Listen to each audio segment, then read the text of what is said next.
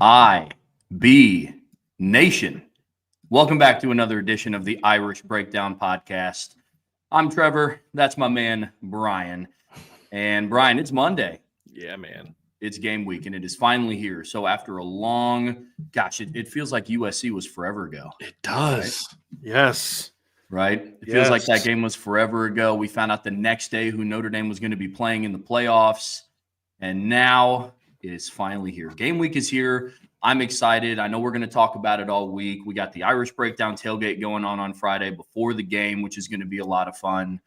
But before we get to any of that, Brian, we got a lot to talk about. Oh, yeah. So we're kind of having our own little version of Monday Night Football. That's what this is, man. A little Monday Night Football. It sure is, man. I'm excited for it. I'm ready to finally talk about this matchup in detail because I know we were putting stuff off. There was a lot to cover. There was a lot of things to talk about, but now it's finally here. Notre Dame will host Indiana this Friday night at 8 p.m. in the first ever home playoff game in college football history. Fitting that it's in South Bend, Indiana. Yes. What do you think, Brian? Oh, there's no doubt, man. There's no doubt. And obviously we have some big news we'll get into even before that, but it's kind of like, I think I've said this before, but Notre Dame should have been in the 2014 playoff, right? I mean, that's just meaning like that program is one that should have been in that inaugural playoff. And they didn't get it done. They didn't deserve a spot. So it's good to get them in on this one. But and it's not at all surprising that when you looked at the matchups that this was going to be the Friday night standalone game. Right. I kind of think there's a reason we all expected that to happen. And it's no better way to get it started than with a game in South Bend, right? A traditional blue blood program against a bit of an upstart team that nobody expected to be here. I mean, Notre Dame's a team that preseason a lot of people thought was going to be a playoff team. I think they're probably seeded a little higher than a lot of people had them. I saw a lot of 10s and 11s in the preseason. But, Notre Dame is there, and now we get to find out just how good this football team really is for the Irish, and it's a weird time too, Trevor, because we're sitting here on December 16th. We're going to do a deep dive in Indiana because Indiana and Notre Dame. We didn't want to do it last week because then it's like, okay, well, how much of a you dive into it last week, and then what the heck are we going to talk about this week? So last week we were kind of focused on Notre Dame and who they are and where they are and what they need to do. And this week we'll dive more into specifics. Tonight we're going to kind of look at big picture, what's at stake for Notre Dame this week. We're going to talk about Indiana. We're going to do a little bit of a deeper dive into Indiana and then talk about some matchups to keep an eye on. Tomorrow, we'll go live at 2 p.m. tomorrow. We're going to dive into the matchup of the Notre Dame offense against the Indiana defense. We'll do even more detail. Like, we're going to get real detailed this week, folks. Like, we're going to really dive into it and do what we do best. Wednesday, no buy-sell hold this week. Wednesday, we will take a deep dive into the Notre Dame defense against the Indiana offense. And then Thursday, of course, we will do our keys to victory, our prediction show, and Bill Bender will join us to talk about the other 3 playoff games. So that's what we got going on, Trev. But the other weird thing about now is you also have the portal hot and heavy right now. And we didn't expect anything to break for Notre Dame before the Friday playoff game. But lo and behold, today, some news broke. Notre Dame picked up a commitment from Alabama transfer Devontae Smith. Not that Devontae Smith. I was just about to say. Not that Devontae Smith. Notre Dame's going to have Bryce Young and Devontae Smith on their team next year. So, yeah, it'll be pretty good. Pretty good. I was just about to say Notre Dame's going to start recruiting a bunch of kids just with former famous college football names. That'd be fun. Just build a roster full of Bryce Youngs and Jerry Judys and Jamar Chases. But no, it's exciting. So to get things kicked off, Brian, you mentioned it. Devontae Smith has committed to Notre Dame. That news broke a couple hours before the show. And we're going to spend the first couple minutes here talking about this commitment, what it means for the team, what it means for the outlook of 2025. It's going to help plug some holes and fill some question marks that we had going into next season, especially in the secondary. So Devontae Smith commits from Alabama. And I know, Brian, you probably know a little bit more on the backstory of this kid and what's kind of led to this commitment. This is an interesting one, Trev, because this is a name that just kind of recently popped up, and not a guy that really there was a lot of talk about. I thought he would be a candidate, but didn't know that it would happen this quickly. Definitely didn't see him committing today coming. I'm going to be honest with you. I did not have a commitment story ready for him. But it happened quick. And the reason it happened quick is because when he got in the portal, this was their primary nickel target. As you know, Notre Dame in the last 2 years has gone to the portal for nickel. 2 years ago was Thomas Harper. This past season, it was for Jordan Clark. And then, of course, next year it'll be for Devontae Smith. I know he's listed as a cornerback. He is a nickel. That is what he played. He played what they call it the Husky position in the Alabama defense, which I think is really super lame that you gave a position the name of the mascot of the school you just came from. You know what I mean? Like, come on, don't be that guy. But anyway, so he played the nickel position there, and there's some really interesting backstory to this, Trevor, because he's a Cincinnati native, so he is not a Southern kid. You know, he is a kid from Cincinnati, and it was obviously he went to Alabama and signed as part of the 2021 class. Out of LaSalle High School in Alabama. Played there for his freshman year, played a lot of special teams his first 2 years. Got injured last year, so he technically would have been done after this season if not for the injury. So he got hurt last year, missed almost all the season, came back really late, played in the last couple games, and then the SEC title game, played some special teams against Georgia in the SEC title game. And then, of course, was their starting nickel this year. He only had about 70-something career snaps coming into this season. And then, of course, this season for Alabama, he played over 400 snaps. But the interesting thing is when he was coming up at Cincinnati, there were 3 guys that lived in Cincinnati whose names are known to a lot of Notre Dame fans. It's Marcus Freeman, Mike Mickens, and Chad Bowden. Now, obviously, Mike Mickens left a little earlier than all those other guys, but this was a kid they knew about from the time he was a freshman, sophomore at LaSalle in Cincinnati. And then, of course, there was already a relationship there with Coach Freeman and Coach Chad Bowden. And then, of course, he left for Notre Dame. And that was when, was Devontae's freshman year. By the time he was a senior, it was obvious they weren't going to get him because he was looking at schools like Alabama. Sure. There was that relationship early on where they were very familiar with this young man, tried to recruit him at Cincinnati. Obviously, that as soon as schools like Bama, Georgia, Ohio State, Oklahoma, Oregon, all those schools offered him. Michigan, Wisconsin, Penn State, Nebraska, Tennessee. This was a legit top 250-ish kind of kid. Recruiting rankings wise, obviously that's where he was for a lot of people. He was a 133 by On3, 154 by 247, 229 by Rivals. And it was a kid that made an impact immediately as a freshman at Alabama on the special teams. Never made much of an impact on defense until this year, but played a lot on special teams. But that relationship obviously is a big part of it. And then I learned today, which is actually a big thing for him, is apparently Devontae recently had a child. So he is now a father. And a really important thing for him when he jumped in the portal wasn't that he necessarily didn't like Bama. It's that he wanted to get closer to home to be near his child. And so I thought that was, that's a pretty cool thing, wanting to be to come home and be responsible and just kind of be around his child and be a dad, which I thought was a really cool thing. So, that was an interesting part of the story as well. You know what I mean? And that helped Notre Dame. So that relationship with Marcus Freeman and that relationship with Chad Bowden and Mike Mickens certainly played a role once he jumped in the portal. And clearly this is a kid who's been doing the work he needed to do at Alabama academically, because that's why he's getting an opportunity to come to Notre Dame. So for people who don't understand, Notre Dame, from what I am told, is not making exceptions for transfers when it comes to you can be a 2-2 academic kid at another school. They want guys that are legitimate student athletes at other schools. They're just being more open to what schools they'll consider, which is why you're getting a kid from Alabama and not some of the traditional schools we've seen in the past. I mean, you saw it from Clemson this year. You saw Florida International this year, Arizona State. You're seeing more of that. But this is a kid that clearly handled the academic work just like Chris Mitchell did, just like Bo Collins did, just like Riley Leonard did, just like Jordan Clark did. And then obviously Devontae Smith has handled that as well. And so that's the backstory as far as what got him here. And that's what played a role and it's why it happened so quickly. This happened a lot quicker than we kind of anticipated happening. But from what I was told, this was the number one target. Like once he jumped in, this is who they zeroed in on at nickel.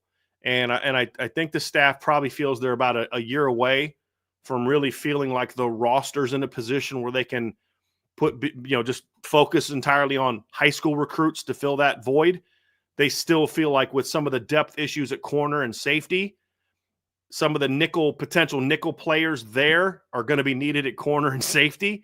And they felt they needed to go out and get a nickel that could come in and do what the last two kids did, which is just kind of come in and seize that spot. There'll obviously be competition. There's always competition. Rod Hurd was brought in to start at safety. You see what happened there, right? But this is a little bit different. I do expect him to kind of go into this next season as that guy. And that was the sales pitch to him, is like, this is what our need is, right? And everything else fit. So it's a good pickup. The backstory is a good pickup, right? We'll talk about the football player next. Yeah, absolutely. I think one of the things that's really exciting for me and my immediate takeaway was not only is the high school recruiting at Notre Dame through Marcus Freeman and Chad Bowden and the rest of their staff being elevated, but now you're starting to see it along in the transfer portal as well. So all the dominoes are starting to fall, and Notre Dame is becoming more and more of an attractive destination for not only high school kids, but for kids who performed, down at Alabama. This kid was playing home games in Tuscaloosa 4 weeks ago. You know what I mean? So it's exciting that this caliber athlete is coming to Notre Dame, and that process went really quickly. But hearing that backstory, man, it's awesome. A young man that's willing to take care of business and do the right things outside of the world of football. And now it's all starting to fall in line with that world of football. So it's a lot of fun. And he's going to step right into a defense that's been pretty flipping good the last couple of years too, right? Yeah. Think about this. A kid's leaving Alabama to come to Notre Dame and be part of an even better defense than the one he was a part of at Alabama. Think about that. If you're looking at the numbers, we're looking at the impact. I don't think it's really debatable that Notre Dame the last 2 years has had a better defense than Alabama. This year Alabama gave up 17.3 points per game. Last year they were at 19 points a game. This year defensively, they're at 330 yards per play or per game, 4.9 yards per play. Last year, they're at 316, 5.0 yards per play. And then, of course, the pass defense especially has been not nearly as good as Notre Dame's. They were at 191 last year, 191 this year. They've been pretty consistently at that mark. Over 6 yards an attempt the last 2 years. Notre Dame's been well under. So he's leaving Alabama to come play for an even better defense and get an opportunity to get a master's degree from the University of Notre Dame. So pretty cool deal there for Devontae. And, of course, it's an important pickup for Notre Dame. Yeah. It fills the need. It's fantastic. And from a football player standpoint, he's a good player, man. He had, you said it, over 400 snaps this season for Alabama, and 323 of those were from the slot corner position, the Husky, the nickel, suppose whatever you want to call it. He allowed 0 touchdowns this year. He's a good player. So what's interesting, Trev, is all those snaps were from that position, but they would move him around a lot, because I know what you're looking at. You're looking at the Pro Football Focus data as far as where he lined up. But so if you see that, there's for those who don't look at Pro Football Focus, one of the good data things that they do, we've told y'all before, ignore their grades, look at their data collection, because their grades are bad. But they'll talk about where guys line up on the D line. Are they in the box? Are they at free safety? Are they in the slot? Are they at corner? And of his 421 snaps this year, 323 were in the slot. We know where that is. 14 of them were at free safety. 72 of them were in the box. That's all part of being that nickel where you're coming off the edge. 4 on the D line, again, just blitzing off the edge, and then 8 at corner, and 14 at free, as I said, 14 at free safety. Those 14 free safety snaps, like I'm watching the Georgia game, and essentially Georgia puts formation into the boundary. They leave him to the field, and they just roll their coverage, and he's lining up as the free safety, right? And then there's other times where, like, they'll do an alignment, and he's kind of out there at corner because of how the other team lined up. It was all of it that I've seen so far breaking down film was of him in that nickel position. Just they would move them all around, which is really perfect for what Notre Dame ideally wants to do with their safety, because Notre Dame had to do a lot of traveling with their nickel this year, and it would get him in trouble at times because Jordan Clark is a second-level player. He's not a guy that you're going to be rolling back a lot. Well, this is a kid based on who else earns spots next year that you could, if teams are going to do some of that motion stuff that gave Notre Dame problems, they can simply roll and bring that field safety down or that boundary safety down. Allow this kid to kind of drop back, and he's got experience doing that and playing that coverage. So there's a lot of things right there that match up well, that fit what Notre Dame's going to look for and what they're going to look to do. But it's primarily a second level position, and as those numbers show, he is primarily a second level defender. Gotcha. And you look at a lot of things they do schematically, Trev. It's a lot of stuff that Notre Dame's going to ask him to do. They play a little bit more zone than Notre Dame does, but he does a pretty decent job in man coverage. He's really good coming downhill, playing perimeter screens, playing perimeter runs. Watched Georgia run a screen pass. He splits 2 defenders and gets downhill, gets on the football. Got beat on the first play of the game against Georgia, overplayed an outside move, and they beat him on a slant for 15 yards. Rest of the game, he basically was locked down. First drive, they threw a back shoulder pass. He was in perfect position. I don't know. I'd have to go back and look. I think the guy caught it, but they called offensive pass interference because he was in great position. The guy had no room, so the guy just kind of pushes him off. He's a pretty strong kid, too. He came in at like $180. He's over 200 pounds now. You look at him, he's a pretty well-built guy. In a lot of ways, Trevor, the way he plays is a lot more like Thomas Harper than it is Jordan Clark. He's a lot more physical. He's a guy you may blitz more, used to blitz more than you did with Jordan Clark this year. I wouldn't call him more physical because I think Jordan Clark's definitely a kid that he's just stronger, I think, than what Jordan is. He's a lot bigger than what Jordan is. They didn't use him a lot to blitz off the edge, but I think he can do it. That's just not what Alabama does schematically, because Alabama did a lot of what Notre Dame did last year and the year before with Jack Kaiser. So they had Jahad Campbell would do a lot of playing in the like a rover type of look, where Devontae'd come off the field and then they'd kind of rotate in. That's what Notre Dame did with Jack Kaiser and Thomas Harper last year, and what they did with Tariq Bracy and Jack Kaiser the year before. Whereas this year, Notre Dame just went almost exclusively nickel in a lot of instances. They would play, obviously, Jaden Alsbury out there, but not nearly as much as they played Jack Kaiser in that spot last year. So that's something to keep in mind as well. Next year that could change depending on the makeup of the roster, but this is a kid that I think can do a lot of those things. But, good coverage player. They do, like I said, they do a little bit more zone at Bama. So he's got a little bit more zone, some zone drop type experience, but plenty of man experience as well. Good feet, little tight in his transitions, which is probably why he's a nickel, not playing outside corner. There's a little bit tight in his transitions, doesn't really impact him the way that he plays the nickel spot. Runs pretty well, has some twitch to him. Closing speed is very good. There's a lot of things to like. He's bigger than the last 2 nickels they had. He's a legit 5'11 and a half, 6 feet tall.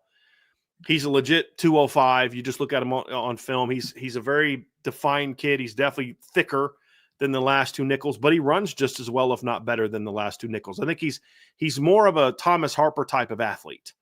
Where Jordan Clark, the thing I love about Jordan Clark this year, Jordan Clark doesn't dominate because he's a great athlete, right? He dominates because he's a really, really good football player, because he is really smart. Now, he's a good athlete, but he's really smart. And Thomas, it's not that Thomas Harper wasn't smart, but Thomas Harper was small. But Thomas could run. I mean, Thomas Harper had over a 40-inch vertical at Notre Dame's pro day. He ran in the 4.4s at Notre Dame's pro day. This kid runs more like Thomas Harper. He's just bigger, longer, and stronger than what Thomas Harper was.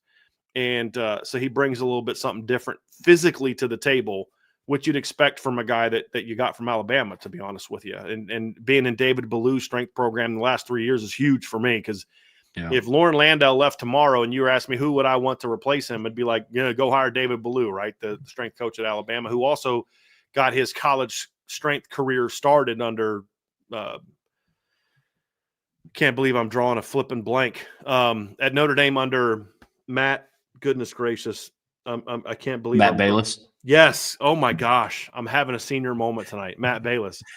He was with him on his first staff. So he's coming from a great strength program. He's a worker. You don't make it through 3 years of playing for Nick Saban if you're not a worker. Right. In a lot of ways, there's a lot to like about this, Trev. And again, I got more film to dive into, right? So this is just basically working through parts of a couple games, and especially the first game I went to immediately is going to be the Georgia game, right? How does he stack up against Georgia?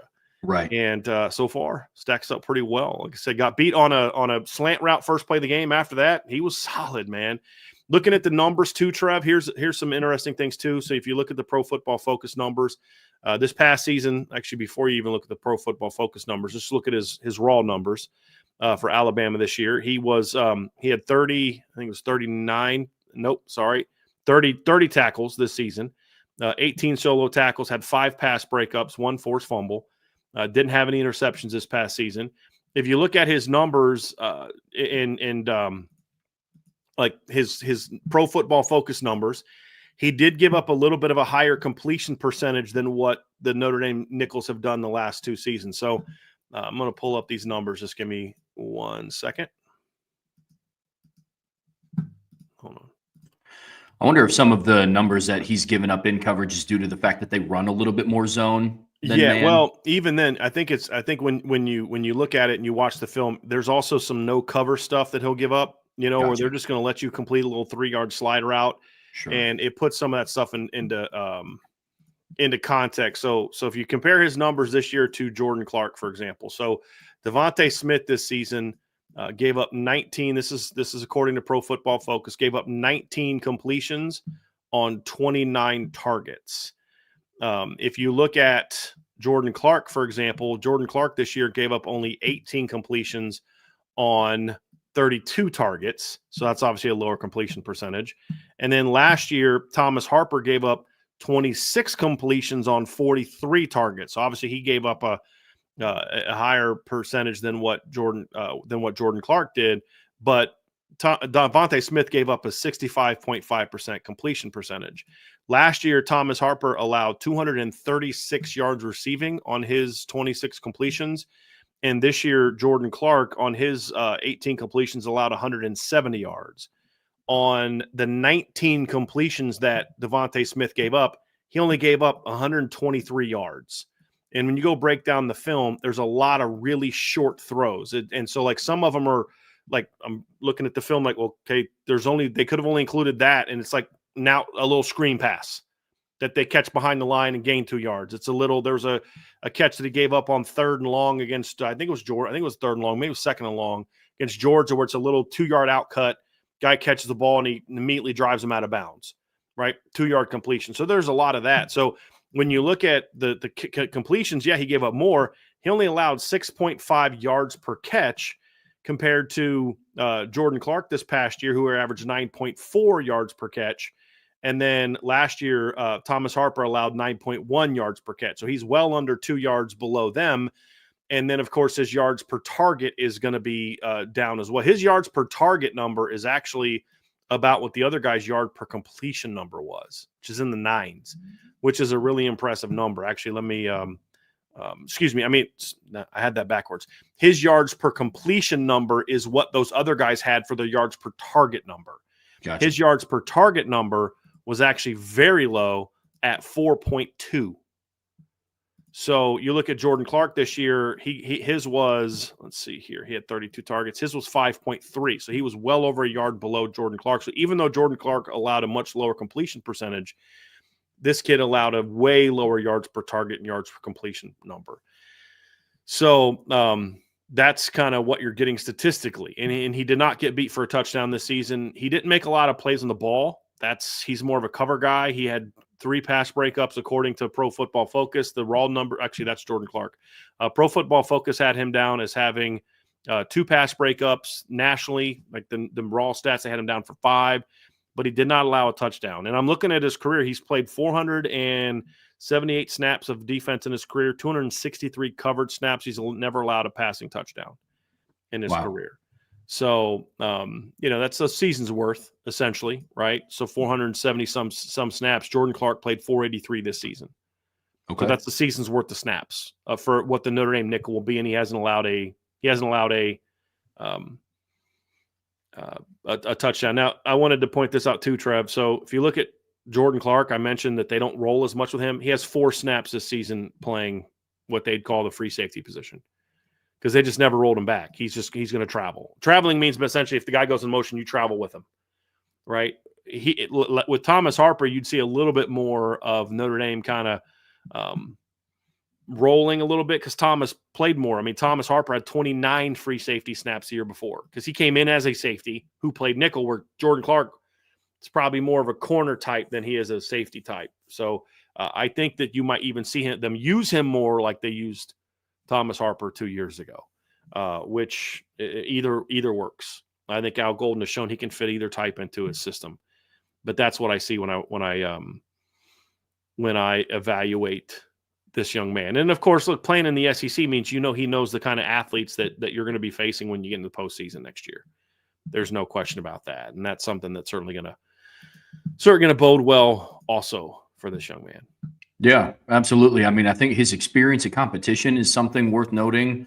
I'm glad you brought it up because it's, you look to recruit high caliber athletes, and when you get somebody with the kind of experience that Devontae Smith has from Alabama this past season, especially when you go through and you look at just Alabama's schedule this year, they're playing teams like Georgia, they're playing teams like Ole Miss, they're playing teams like South Carolina. So he brings a lot of good snaps to the table. I mean, for me, it just kind of looks like they just went and got a hybrid of the two, right? Yeah. Like they just went and got a hybrid of Jordan Clark and Thomas Harper, who's just a little bigger. So, one thing this year that I think Notre Dame kind of lacked a little bit was setting some nickel fires if the edge pass rush isn't getting home. But I think it's just because I could see Jordan Clark's size kind of playing a factor in there, and he's just more of a coverage guy. Yeah. Right. But it sounds like and really good at it. Yeah, absolutely. So it sounds like the stats, that we just got done talking about are, Devontae Smith is able to drop back into coverage and handle himself there, but also bring a little bit of that Thomas Harper element to the table and rush the quarterback as well, which is going to be really exciting to watch Al Golden kind of dial some stuff up with him next year. I mean, you talk about what they faced this year. Obviously, they played Georgia this season. They played Missouri slot receivers, Luther Burden, who's an outstanding wide receiver. I'm looking up his numbers this year to see how much he played in the slot. So, I mean, Luther Burden this year, for example, played 462 of his 571 snaps in the slot, right? I mean, so, you're talking about a guy that's had to go match, and he didn't give up a single completion in that game playing against Missouri. Devontae Smith did not. And he played, 40 snaps against Missouri, didn't give up a single completion. He was only targeted once in that game. So, those are things you look at, Trev, and you say, guy's going to walk in here with experience playing against that. Does that mean he's going to play at that kind of level? I mean, we'll see. But, that's the kind of athlete you're getting, in my opinion. That's the kind of player you're going to get, in my opinion. And it should be noted that Luther Burden's lowest output of the season this year, according to – actually, let me look up his raw data to see if it matches that. But according to Pro Football Focus, his lowest output of the season this year was against Alabama. And he had 3 receiving yards in that game. Now, keep in mind, he did not have his starting quarterback in that game. Yeah, he had 3 catches for 3 yards in a matchup against Devontae Smith in the Alabama defense. Now, like I said, Drew Pine was the starting quarterback in that game, not Brady Cook. But, the point still stands. I mean, a week before against let's go back to Luther's stats. A week before against Auburn, he had 6 catches for 49 yards. And the week after against Oklahoma, he had 5 catches for 55 yards with Drew Pine playing quarterback. So it's not like the kid never made plays. Against Alabama and primarily matched up against Devontae Smith, 3 yards on 3 targets, or 3 catches, 6 targets. So that's a pretty good experience, pretty good background. I'm going to dive into more film. If I see some things that I have some issues with, have some concerns, I'll break it down, put it on the board. But the film analysis that I've seen so far is this kid's a pretty good football player. It's a pretty good football player. I mean, I was talking with somebody before the show. If I'm grading the nickels based on what I've seen so far, if I'm grading and ranking the nickels on how I evaluate them coming into Notre Dame, it'd be Devontae Smith, Thomas Harper, Jordan Clark. Now, they've all been good players, but somebody's got to be first, somebody's got to be last, right? It's not knock on Jordan Clark. He's been a heck of a player for Notre Dame. Better than I thought he was going to be completely honest with you. Same. But that's how I'd grade them based on the film I evaluated coming in. And Devontae's film is more impressive. And now he does have the injury he had last year, but he hasn't had any injuries from what I can tell outside of what he had last season. So that's my breakdown on Devontae Smith here before we move on to this big old huge game against Indiana coming up here on Friday night. Yeah, I was about to say something's coming up at the end of the week. Can't really remember what it is, but you're right. No, that's a good breakdown on Devontae Smith. Excited that he's coming to South Bend, as I'm sure I've seen a lot of the reactions in the chat and reactions on Twitter and everything. Sounds like a lot of people are happy to have him. So, well, I mean, the reality is, Trev, to a degree, some people are just going to see the transfer from Alabama and just assume he's really good. Sure. Which is a mistake because Notre Dame's had a much better defense in Alabama the last 2 years. Yeah. You got to look at the film. I mean, there's kids that Alabama's that are jumping in the portal for Alabama right now. Like, oh, would you go after that guy? I'm like, nope. Nope, I wouldn't. He's not an upgrade. Not that he's not a good player. He's not an upgrade over what Notre Dame has right now. The nice thing, too, that I think is worth mentioning, because one of the concerns that Notre Dame has in this portal process is you go out and get these portal kids, and all of a sudden the kids on your current roster start getting a little shook up by this because, like, geez, I thought I was in your future plans and you're going out and getting this portal player, things like that, right? Like they want the players to be as focused as possible on the right now. And the final piece of this is not one of those moves that's going to bother anyone, because when you look at it, there isn't that, no doubt about it, you were expected to be the next nickel guy.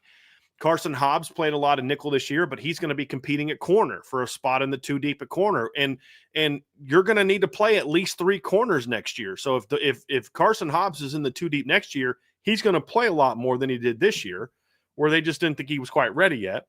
And you look at Bronte Johnson, who is another guy that is going to battle at nickel a little bit as far as either present or future. But Bronte is going to go into the spring competing for a starting safety spot opposite of Don Schuler when Xavier Watts leaves. It's going to be him. It's going to be Luke Talich. It's going to be Kennedy Urlacher. It's going to be Jadon Blair. But Bronte's competing for that role more so than he would have been competing for nickel. And with the lack of proven depth at those 2 positions beyond the starters at corner and then behind a Don Schuler at safety, you're going to need those guys to, number one, primarily focus on those spots, battle for starting jobs and spots in the 2 deep at those spots. Because, again, they're going to play at least 3 safeties next year in the regular rotation. They're going to play at least 3 corners next year in the regular rotation. Bronte and Carson are going to be battling for those spots, if not a starting job for Bronte. So now you bring in Devontae Smith. He's probably going to be the nickel unless just somebody has a phenomenal spring and beats him out. There's always competition in Notre Dame, always. So, like I said, we all thought Rod Hurd was a no-brainer to start at safety this year as well, until we saw what a Don Schuler did in the spring, and then we thought this may not be a given.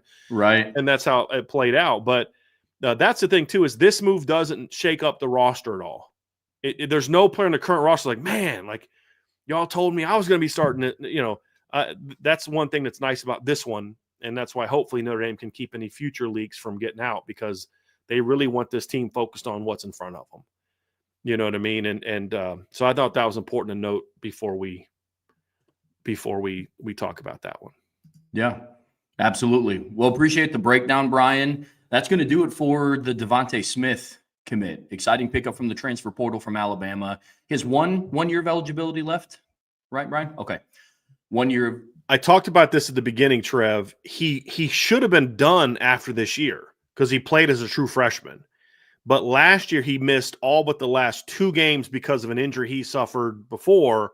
So last year he actually got a red shirt last year. So he got a junior year red shirt. So that's why this year, his senior year, he still has another year left. Because, like I said, he was a starter on – I think the most special team snaps he played was as a true freshman. So he earned a spot on Saban's special teams as a true freshman. And so then played the next 2 years and then got hurt. I think I have to do a little bit more research on when he got hurt, but he got hurt. Let me look real quick. I don't know if – I think he got hurt, Trev, during the 22 season and then missed most of 23 is what I think happened. But I got to do a little bit more research on that and look into that and find out if that's definitely the case. With this breaking today, I mean, I'm like looking at getting into the film and getting the backstory and all that other kind of stuff. Haven't had a chance to do that, but I think he got hurt as a freshman or as a sophomore, later in the year, and then missed the next year, I think is what happened with him. And so that's why he got the red shirt last year. But he was not originally planning on being a 5th-year guy. Gotcha. But he will have that opportunity now. Gotcha. Good deal. Well, you guys heard it from Brian. There's going to be more stuff that's going to come out about Devontae Smith. So make sure that you subscribe to our message board at boards.irishbreakdown.com. So before we get transitioned over to the somewhat big game this week on Friday, be sure to hit that like button, that subscribe button, hit that notification bell, and share this podcast. Be sure to leave us a 5-star review on any platform that you watch this podcast on. So, Brian, big game Friday. A little bit. Yeah. A little bit. Pretty big. Kind of excited, So. Moderately. Yeah. It's hard to contain the excitement. I it's hard called to you not today just on the get- way home from practice, and I'm like, Trevor. He's like, yes, Brian. And I was like, dude, I'm not gonna make it to Friday. I'm not, dude. I'm gonna lose it. I'm so fired up right now. I want this game to be. Every time I pop in film, I'm just, I just want to play already. It does seem like it's been forever since this playoff matchup was announced. But we're now it's like it's on us. Now it's like it's Monday. The game's Friday. It's on us. And so we're ready to rock and roll and dive into this breakdown, man. Because you and I have been watching a lot of film of this Indiana football team and this matchup. So it's going to be a fun few days breaking this all down. No doubt about it. Yeah. No, it's going to be a lot of fun. Breaking down the teams, breaking down the matchups that we like. And we're going to get to all of that at first, right? But, being hyperbolic, putting that aside, this is a really big game on Friday for Notre Dame, especially when you consider the journey that they went on to get here. So when you kind of take a look at what's at stake for Notre Dame, right? Like, obviously, there's the obvious. You lose and then you're out of the playoffs. But big picture, Brian, to you, what's at stake here for Notre Dame for this first round of playoff game against Indiana? Well, I mean, obviously there's like you said, Trev, there's the obvious ones of you're in a survive and advance mode, right? I mean, you're in a one and done. You can't afford to lose anymore. You got to survive and advance, right? Whatever sports, a single elimination tournament cliche you have, use it here, apply it here. I think the other part of it too, Trev, is there's also we'll dive into what's specifically in front of them, but there's also the aspect of, as a program, you're still trying to establish your reputation as a current program, not big picture, blue blood, Notre Dame history, tradition, but your current program.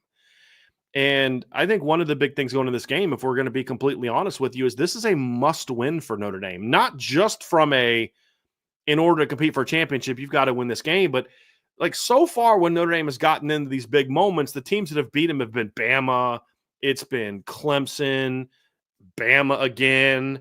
It's been teams like that. It hasn't been a team like this. You can't afford to have a game against a team like Indiana that you lose. And that's the unique thing about this matchup is all the pressure right now is on Notre Dame's side. There's really no necessarily pressure from an expectation standpoint on Indiana. Now, there's always pressure on both teams for what the moment is. But on top of that, I think there's sort of a bigger picture pressure on Notre Dame that I don't know that the players necessarily feel. But as an analyst, we look at it and see it because we know what the storyline is going to be if Notre Dame loses a game like this. Now, what I've heard from Notre Dame coaches, Notre Dame players on the record and off the record, I don't think they're looking at it like that. They're just focused on Indiana and what's in front of them. But for us, we can talk about those type of things because we're not players and we're not coaches on the team. And it really is you're in a you're not, I don't say a lose-lose situation, but you're in a situation where you've got more to lose than what Indiana does. Right. Because if you beat Indiana, that's a win because you get a chance to go play again. And that's what makes this type of game different than like past bowl games where you got a bad opponent. It's like, well, you got nothing to lose playing Rutgers or nothing to gain playing Rutgers. Well, you do now because it's a chance to go play Georgia. I mean, that's ultimately what's at stake here. Like just getting into the nitty gritty, it's a chance to go play Georgia, and survive in advance. But beyond that, it's that big picture. You need to sort of get this game under your belt, prepare for that next round, get back on track, shake off the rust, get this win, and then in what it'd be 12 days, right? You get another chance to go play Georgia. And that's what's at stake here, Trev, from a micro standpoint, but bigger picture, I do think there's that aspect of they need a win like this because a loss in this situation would all the people that we view as like, oh, you're a Notre Dame hater or whatever the case may be. This is fuel to the fire for that. You couldn't even beat Indiana. And that's something that is also at stake here. Again, I don't know that the players really care about that or recognize that, but that's the reality that we can look at and observe as fans who sort of engage more in that sphere of reputation and things along those lines. Sure. Yeah. I mean, big picture here, Brian. I mean, for me, the way that I look at it, and there are some others that kind of come to mind, but this would be probably the biggest postseason win for Notre Dame since 1993. Not in terms of like the opponent in which they beat, but the stage that they did it on. You know what I mean? I mean, The 2017 LSU win, I think you can put up there. It wasn't in that big, flashy New Year's Six bowl, but I think that bowl game is kind of what capped off a really good turnaround season for Notre Dame and kind of set it on the course that it's on right now. You know what I mean? I think of those wins coming to mind, but getting a win in the first ever home college football playoff game in NCAA history would be, in my mind, the biggest bowl win since '93, right? Another thing, you know, Brian, you kind of already alluded to it, but you have the opportunity to prove some people right or prove some people wrong. You know, there's a lot of people out there that talk about, you know, gosh, Notre Dame's ranked too high. Notre Dame shouldn't be in it. The loss to Northern Illinois. There's a chance to silence a lot of those critics. And the final piece for me, which I was thinking about before we started the show, I think a win on Friday and kind of what's at stake here would nullify the what if season for Notre Dame. Meaning, what if Boubacar didn't get hurt? What if Jordan Botelho didn't get hurt? What if Riley Leonard had the spring? What if Ben Morrison was healthy? I think to a degree, because we kind of talked about like throughout the regular season, at some point, though, like those injuries might come back to get you. You know what I mean? And they haven't so far. So a win in the first round of the playoff, to me, not only obviously propels them forward to go play in the Sugar Bowl against Georgia, but to me, it also kind of nullifies a little bit the, you know, from fans, from our perspective, we don't walk away from this season going, God, what if we had them? Yeah. You know?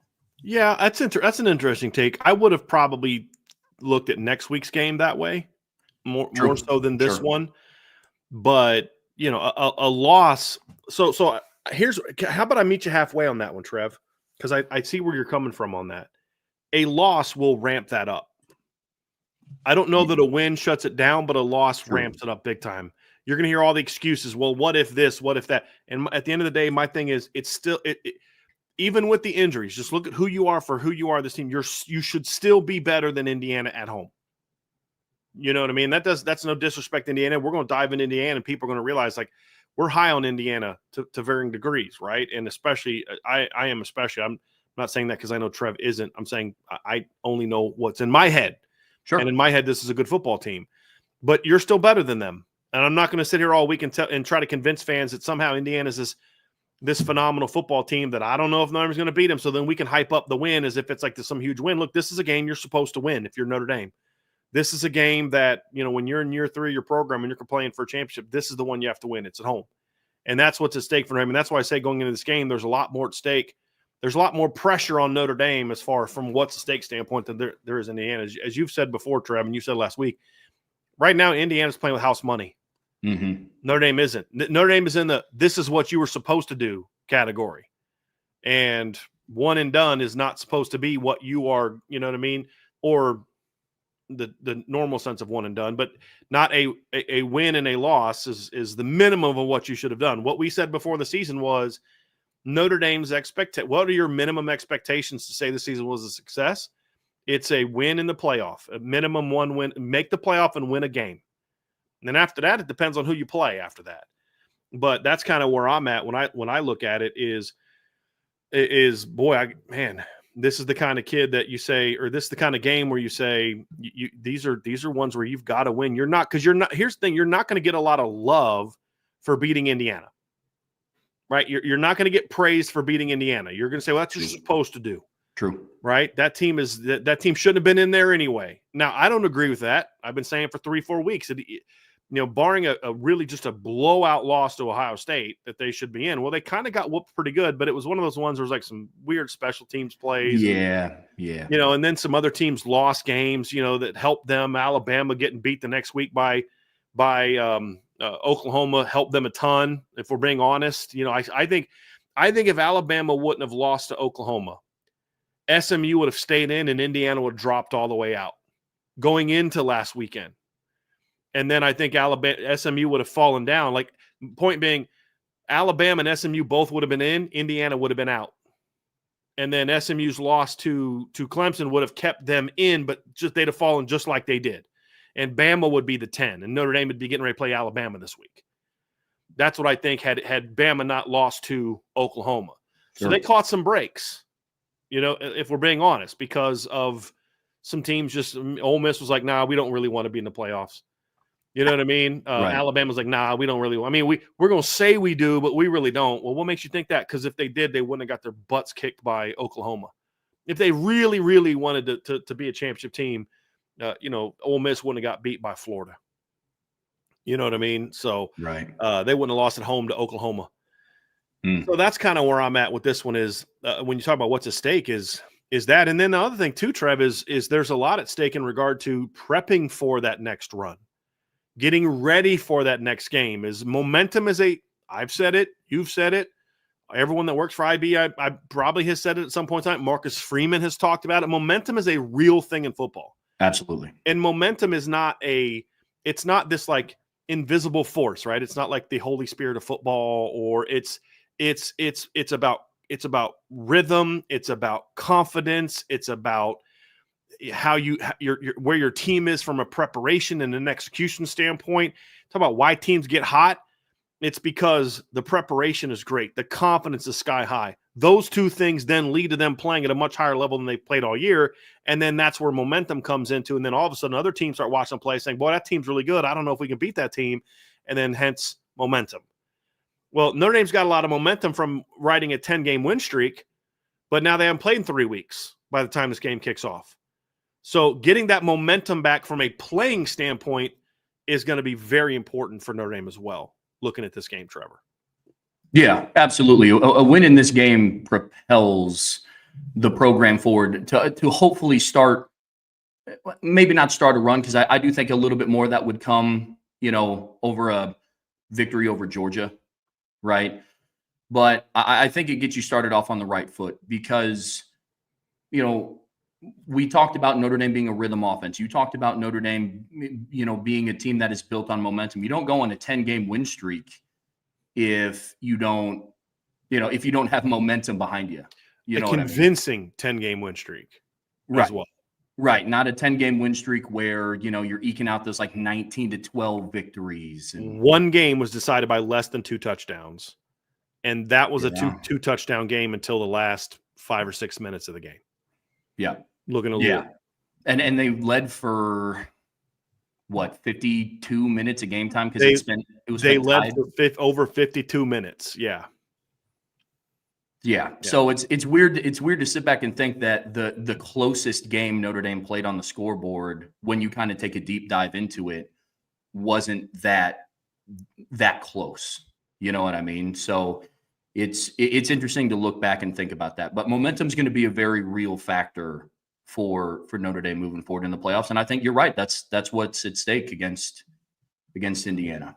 So we were talking a little bit about Indiana, and we were talking a little bit about, how that team is put together and what, they could potentially do to upset Notre Dame's hopes of keeping that momentum alive. So taking a look at their season as a whole, kind of breaking it down, season rundown, where are you at with that? Mm-hmm.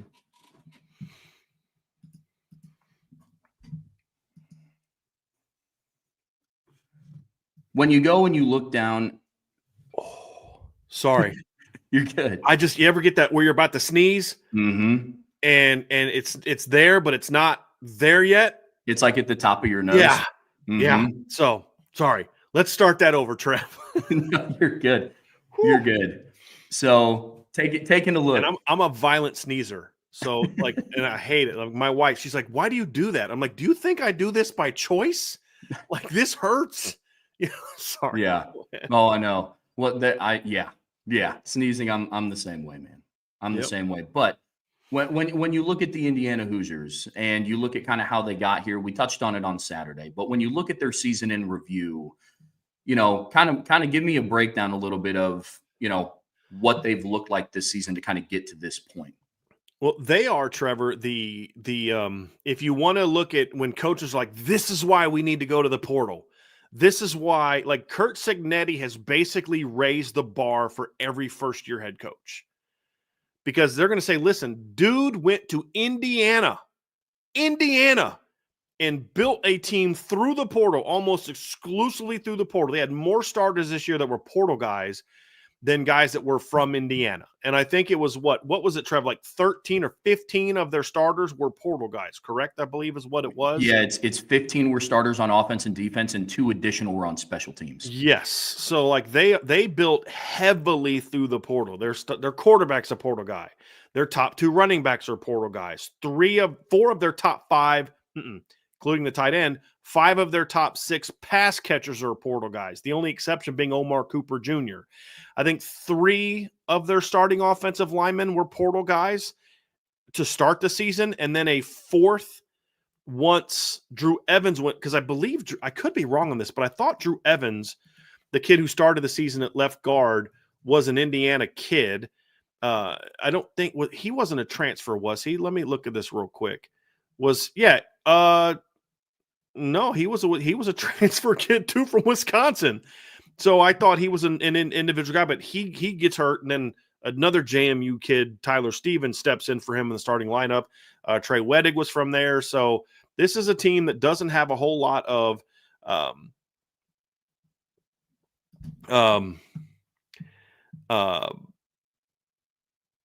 there's just not a lot of homegrown players, man. There just really isn't. And that's kind of where it came from. And they have a great deal I guess, are you good, man? Yeah. You sure? Mm-hmm. Okay. Let me know if that changes. Yeah, I got you. Do you want to? Yeah. For a little bit of context, we were doing the show, and I got some text messages from family members, and we got a text, and it said that my grandpa, who lives out in Arizona, you guys have heard me talk about him on the show before, because I know we have a lot of veterans that listen to the show. He had a heart attack earlier this evening, and he didn't make it. He was older, but he wasn't like chronically ill or anything. He's had some health issues, but not the text that I was expecting to receive. But I was thinking about texting Brian and saying like, hey, I'm a step aside. Like the way that he was is he never liked being the center of attention. He kind of did his own thing, and I knew that he wouldn't want to kind of take away from anybody's like day to day for himself. That's kind of who he was. So that, and I've talked to Brian about this, and I'm somebody that when stuff like this kind of comes up, I kind of just like to continue to work and distract myself. And so that's kind of where we're at. But, I know how awesome and caring and loving the IB community is. And so, I kind of wanted to spend that time now and then just kind of start picking up the pieces after the fact. Okay. So, but no, I appreciate it. If you need to step out, dude, just do what you got to do. Yeah. Okay. So yeah, you got it. Totally understand. Let's get back on track. Get your mind off of it. Sound good to you? Sounds good to me, man.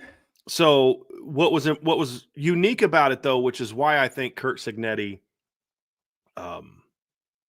is a bit of a unicorn, is because what makes their portal success so different, Trev, is that it wasn't a bunch of random players.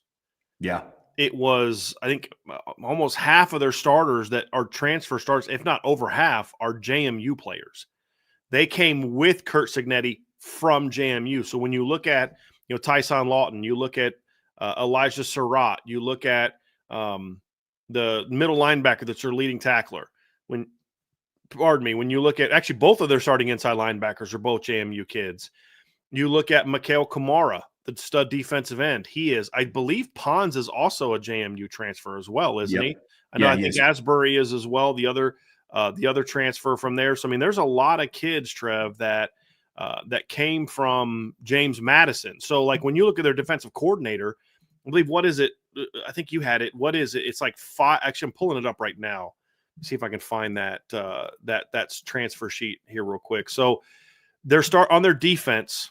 So, looking at their 9 of their 10 of their, actually 10, 4, 5, 6, 7, 8, 9 of their 11 starters are transfers. Yep. 7 of them are first-year transfers. So Jameer Johnson is in his second year after transferring from Texas.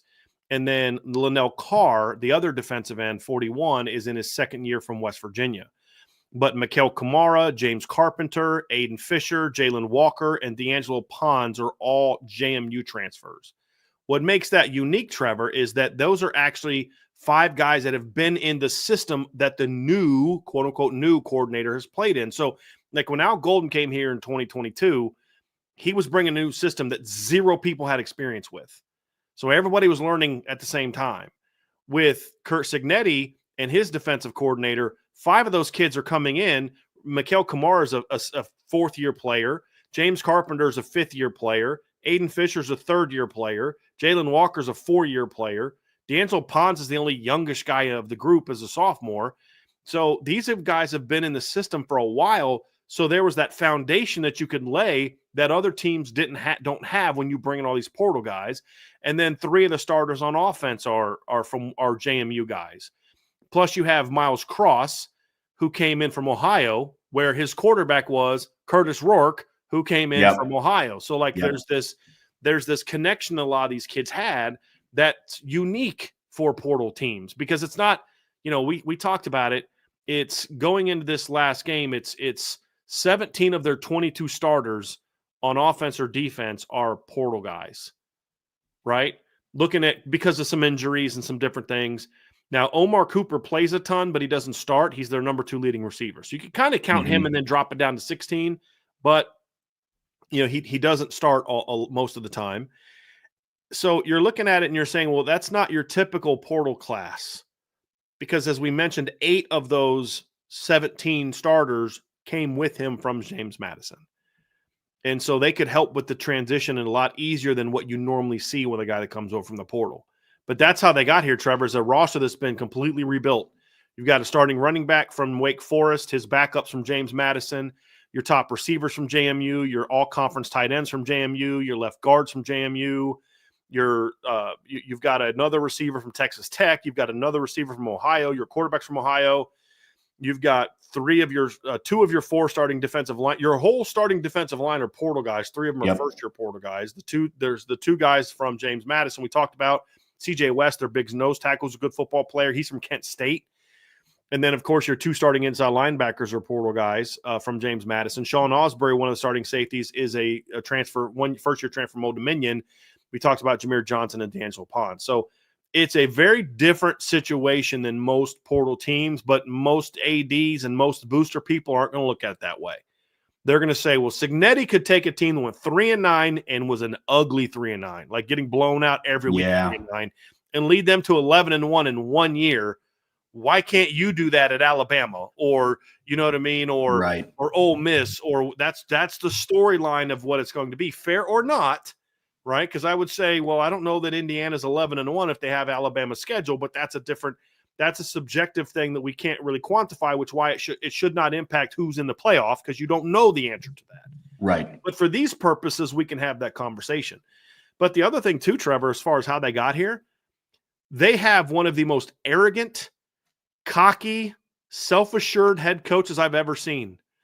And I mean that in a 100% complimentary fashion, because you have a bunch of kids that think they're better than they are. And they play with a lot of cockiness and a lot of confidence, and it makes them good. I said this on the show before. I told a friend of mine yesterday, they're a group of 5 all-star team that plays with a group of 5 chip on their shoulder. And I mean that as a compliment, not an insult, because you're taking some really good group of 5 players and they're playing together and they play with a chip on their shoulder. And this team plays a little bit above their skis a little bit, right in front of their skis a little bit, because they take on their coach's cockiness and confidence. And again, I use that word not as an insult to Kurt Cignetti, but a compliment to Kurt Cignetti, because if he wasn't this way, if he didn't tell his players, screw Ohio State, screw Michigan, which he literally said, like, they suck. Yeah, if he didn't say those things, then they wouldn't have the confidence to go on the field early in the year at UCLA and say, screw you, we're not even afraid of Ohio State, much less UCLA, and blew UCLA out. They didn't care about the red ends on those white helmets from Nebraska. Didn't care. Mm-hmm. You're at our place now. They play with the same confidence that their head coach. And it's not fake with Kurt Cignetti. Look, I'm from Ohio, right? I'm from Northwest Ohio. I'm not from Pittsburgh, but I lived over a year in Pittsburgh. I met a lot of Yinzers, man, and that cat is who he is, and his team feeds off that. And that's talk about how you got here. It's a big part of it. They play with a ton of confidence, and we're going to talk a lot about that when we talk about our keys to victory on Thursday, about what you got to do to counter that. Man, that's a big part of it, man, is they believe in themselves because they believe in him and he shows faith in them. And it's a really confident football team right now, man. Really confident football team. Yeah. We talk all the time about how players will take on the personality and the persona of their head coach. Right. And the Indiana football team has done that in a huge way. And obviously it worked out. You go 11-1, you're averaging 43.3 points per game. You're blowing teams out.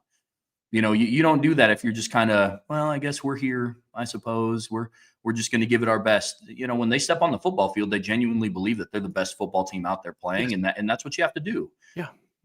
So it makes it really impressive with what they've done. I think you hit a really good point on the transfer portal because, when I told people how many transfers that they had, a lot of the resounding answer was, well, then what happened to Florida State? Mm-hmm.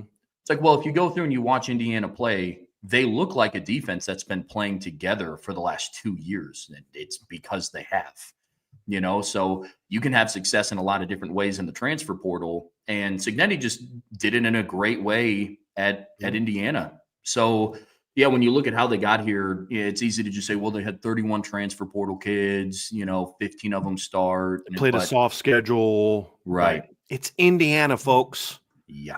Indiana is supposed to be the one that's part of a soft schedule, not a team playing a soft schedule. Indiana's been playing against the Big Ten West for decades, and they have not won a lot of games, right? Man, and this team has. This team really has. It's like Trevor, you nailed it. When they stepped on the field against Michigan, they played like the team that felt that the other team didn't belong on the field with them, not the other way around. Yeah. And the Ohio State game didn't go their way, but Trev, they took that opening kickoff right down the field, methodically right down the field, and scored on Ohio State. They just got out-athleted the rest of the game. And then, of course, they committed some huge special teams mistakes that really broke that thing open. But they battled for 60 minutes. And so this team is not going to step on the field on Friday night intimidated by Notre Dame. That doesn't mean the moment might not get too big for them. It might get too big for Notre Dame. We don't know the answer to that. But they're not going through this week like, oh, gosh, I don't know, guys. I don't know if we can compete with Notre Dame. I don't know if we can hang with Notre Dame. Gee, I just hope we put up a good showing. They're going to step on the field, right or wrong, saying like, no, we're the best football team in the state of Indiana. Because I promise you their head football coach has been telling them that the last 2 weeks. No. We're the best team in the state of Indiana. This is our state. Oh, yeah. And and another factor, too, is outside of the Indiana fan base, they have a bunch of people telling them that they're not. So we talk about all the bulletin board material that Kurt Cignetti is just going to organically give Notre Dame, which is true. But, you have an IU football team that's just out here talking about how nobody respects them. A lot of people don't think they should be here anyway. So, yeah, it's going to be a motivated football team, man. I agree with you. They're playing the victim card all week, Trev. What they are, man. They're doing it all week. Man, they're doing it all week. Oh, 100%. But it's worked for them. Yeah. So why stop doing what they're doing now? And then the other thing too, Trevor, is when you look at them and people talk about their soft schedule, and we broke down their schedule on Saturday, so we don't need to go through it and all the wins. But they're similar to Notre Dame in that they haven't had a lot of close wins, and like they hit a stretch there of back-to-back games in late September, early October. So it was the week of Notre Dame's Louisville game and the bye. So about the time Notre Dame kind of took off is about when we really saw Indiana kind of take that big jump, because they played 2 games against Northwestern and Maryland, where they won each game they won Maryland game by 14 and the Northwestern game by 17, but they were close games late. And Indiana learned how to win, I feel like, because like that first few games, they blew out some teams that just weren't very good, right? Florida International, they beat 31-7. They stink. Western Illinois is awful. Charlotte's not very good. They blew Charlotte out. Their coach got fired in the middle of the season. And they blew UCLA out during a stretch in which UCLA was just kind of getting whooped by everybody. You know, they barely beat Hawaii. Then they got beat by 17 by LSU, 21 by Oregon, 16 by Penn State. They eventually figured some things out. But they gave them a beating like nobody else in the season gave them. If you're looking at it, they gave them a beating like nobody else did. But they had to scrap and claw a little bit in those Northwestern and Maryland games. And I felt like that was kind of when that team really took off, was when they're like, hey, we are this good. We were tested. And after that, until the Michigan game, they weren't tested. I mean, they beat Washington pretty convincingly, even without their starting quarterback. They fell behind 10-0 against Michigan State and then outscored the next 47 points to win 47-10. Yeah. This is a team that, yes, okay, they played a bad schedule, right? We can all agree. I mean, they make Notre Dame's schedule look like Georgia's schedule. I mean, like, seriously. Like, I know Indiana fans don't want to hear that. I heard you and I listened to this podcast the other day where they were literally trying to explain away how their test schedule is a lot tougher than Notre Dame's. And that's nonsense. I mean, Notre Dame's schedule, there's 3 or 4 teams that are better than the best team that Indiana beat this season.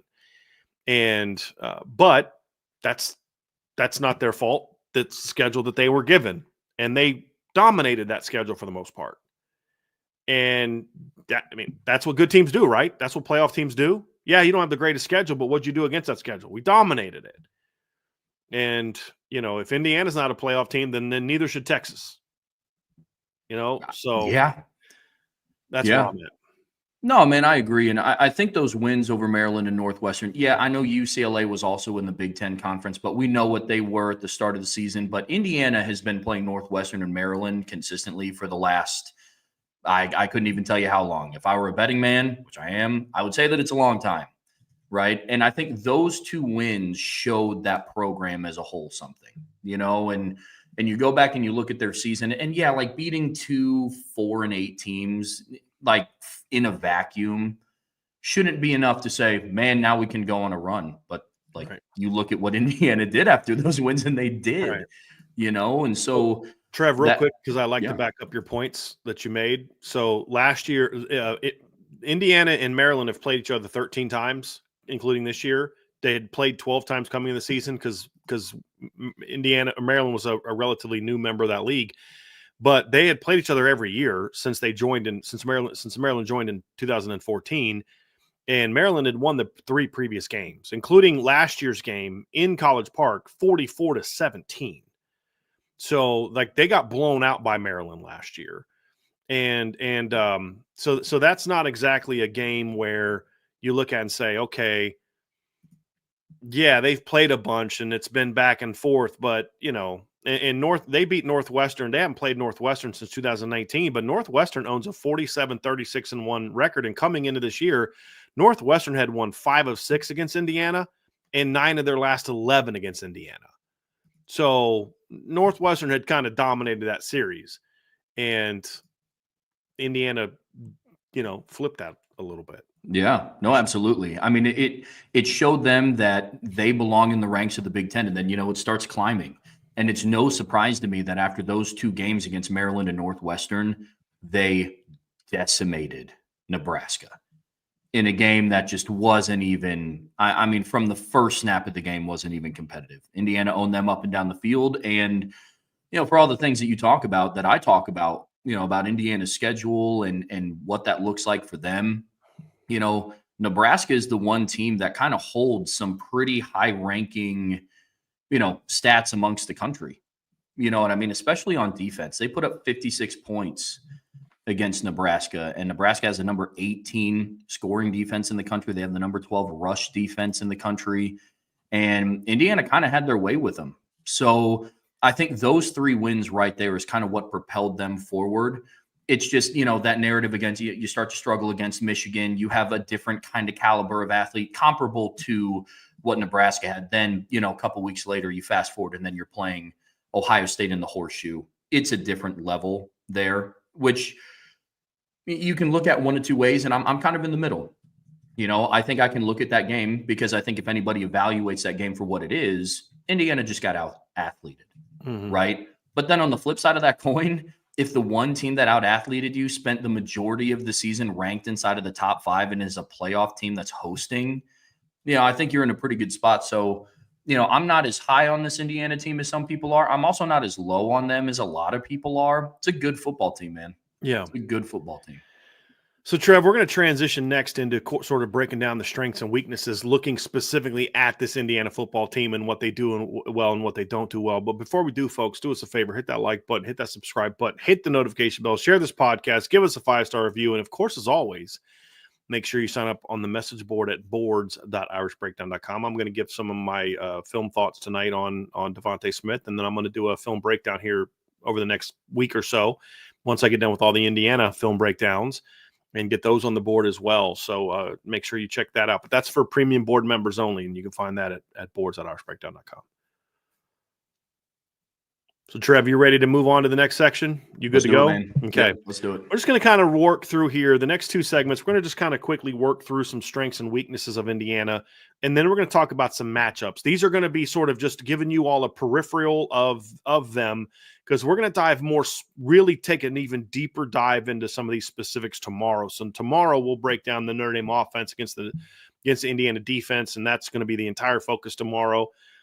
And then we'll do the defense on Wednesday. But we wanted to kind of touch on a few things here, Trev. And when you look at the strengths and weaknesses of this football team, let's start with the offense and talk about what they're good at. And, there's a lot of talk about, boy, they got a really explosive pass attack and they're really a good throwing team. And I've heard that said before. I don't think that they are. I don't think that they're a really, pass-heavy football team that just throws it all over the yard. That is not who this Indiana team is. What makes this Indiana offense so good, Trevor, and why they are a team that is averaging over 40 points a game is they're incredibly balanced. On the season, Indiana, if you look at their offense this year, averaged 438.8 points per yards per game. They were over 2,000 yards rushing this year, and they were over 3,000 yards passing this year. And there were, 5 games where they went over 200 yards rushing. And all but one of those games, they were over 200 on each, or over 300. So that was the Florida International game where they only passed for 180 because they ran all over them. But they were over 300 each against Western Illinois. They were over 200 each against Charlotte.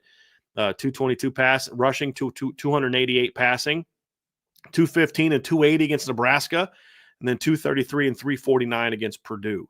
There was other games where their running game dominated. So when Curtis Rourke was out and missed the Washington game, they only passed for 124 yards in that game, Trevor, and they ran on Washington to the tune of 188 yards in that game. And so they were over 350 and over 150 against Maryland, 380 and about 150. They were at 149 rushing against Northwestern, but that's partly of that was because they just were gashing them.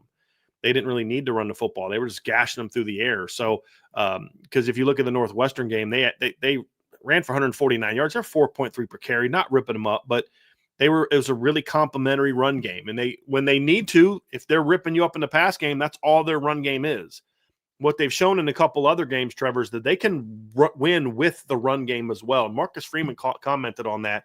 So I think when you look at this Indiana team, Trevor, it's that balance.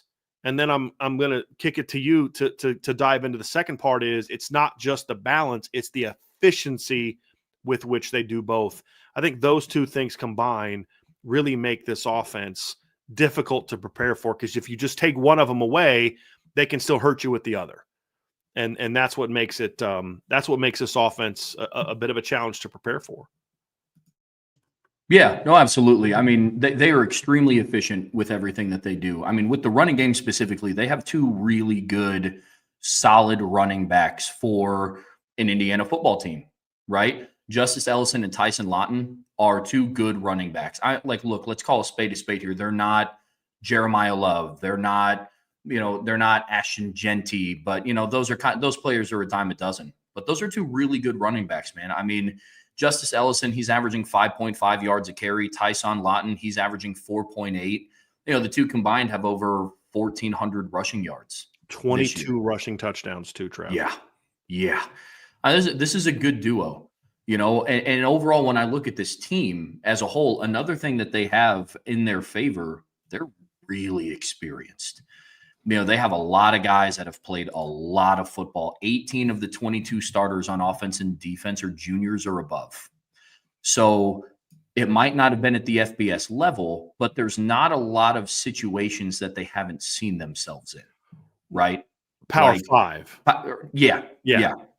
Yeah. So that's kind of how I look at them. They're really efficient. They are a very veteran. They're a very experienced team, and they're coached really, really well. I know we're going to kind of dive more into that throughout the week and here in a second when we talk about, offense and defense specifically, but they do a really good job of not asking their players to do more than what's expected of them. Mm-hmm. Now, this Indiana football team has done a really good job of playing above their initial, I guess, call it ranking, right? And that's your goal as a coach, is how can you get somebody to play above their God-given ability? And Kurt Cignetti and his staff has done a tremendous job of doing that this season, because he's not asking them to go out and do things that they can't physically do, for the sake of, well, this is my scheme. You guys have to run it. They put them in a position to win.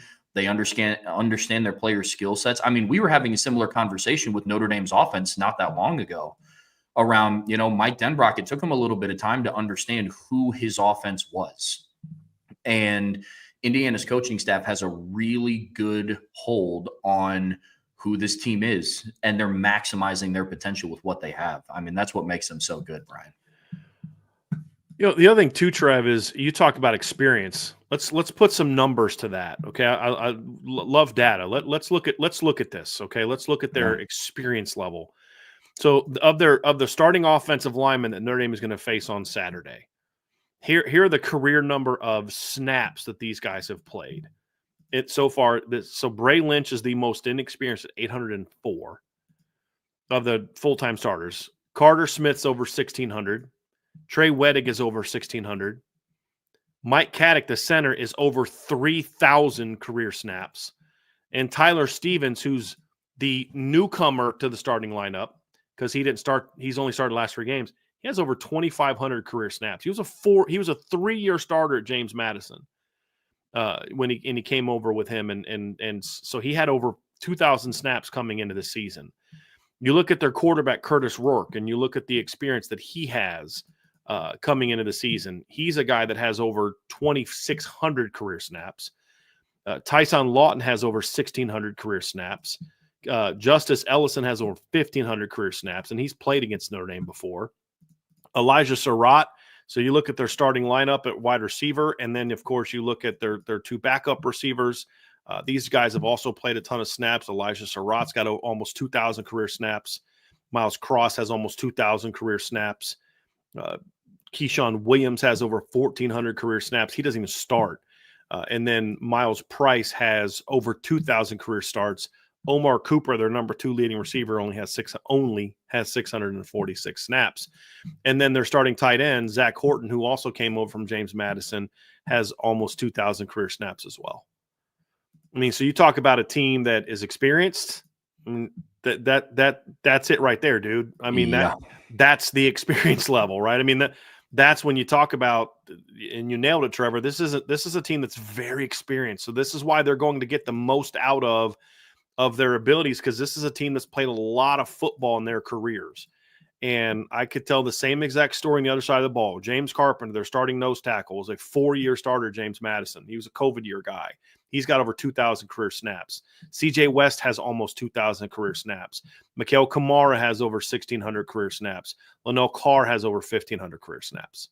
So I could do this for the next 10 minutes, but I think you guys get the point, right? Jalen Walker over 1,600 career snaps. Aiden Fisher over 1,500 career snaps. It's a very experienced football team. Extremely.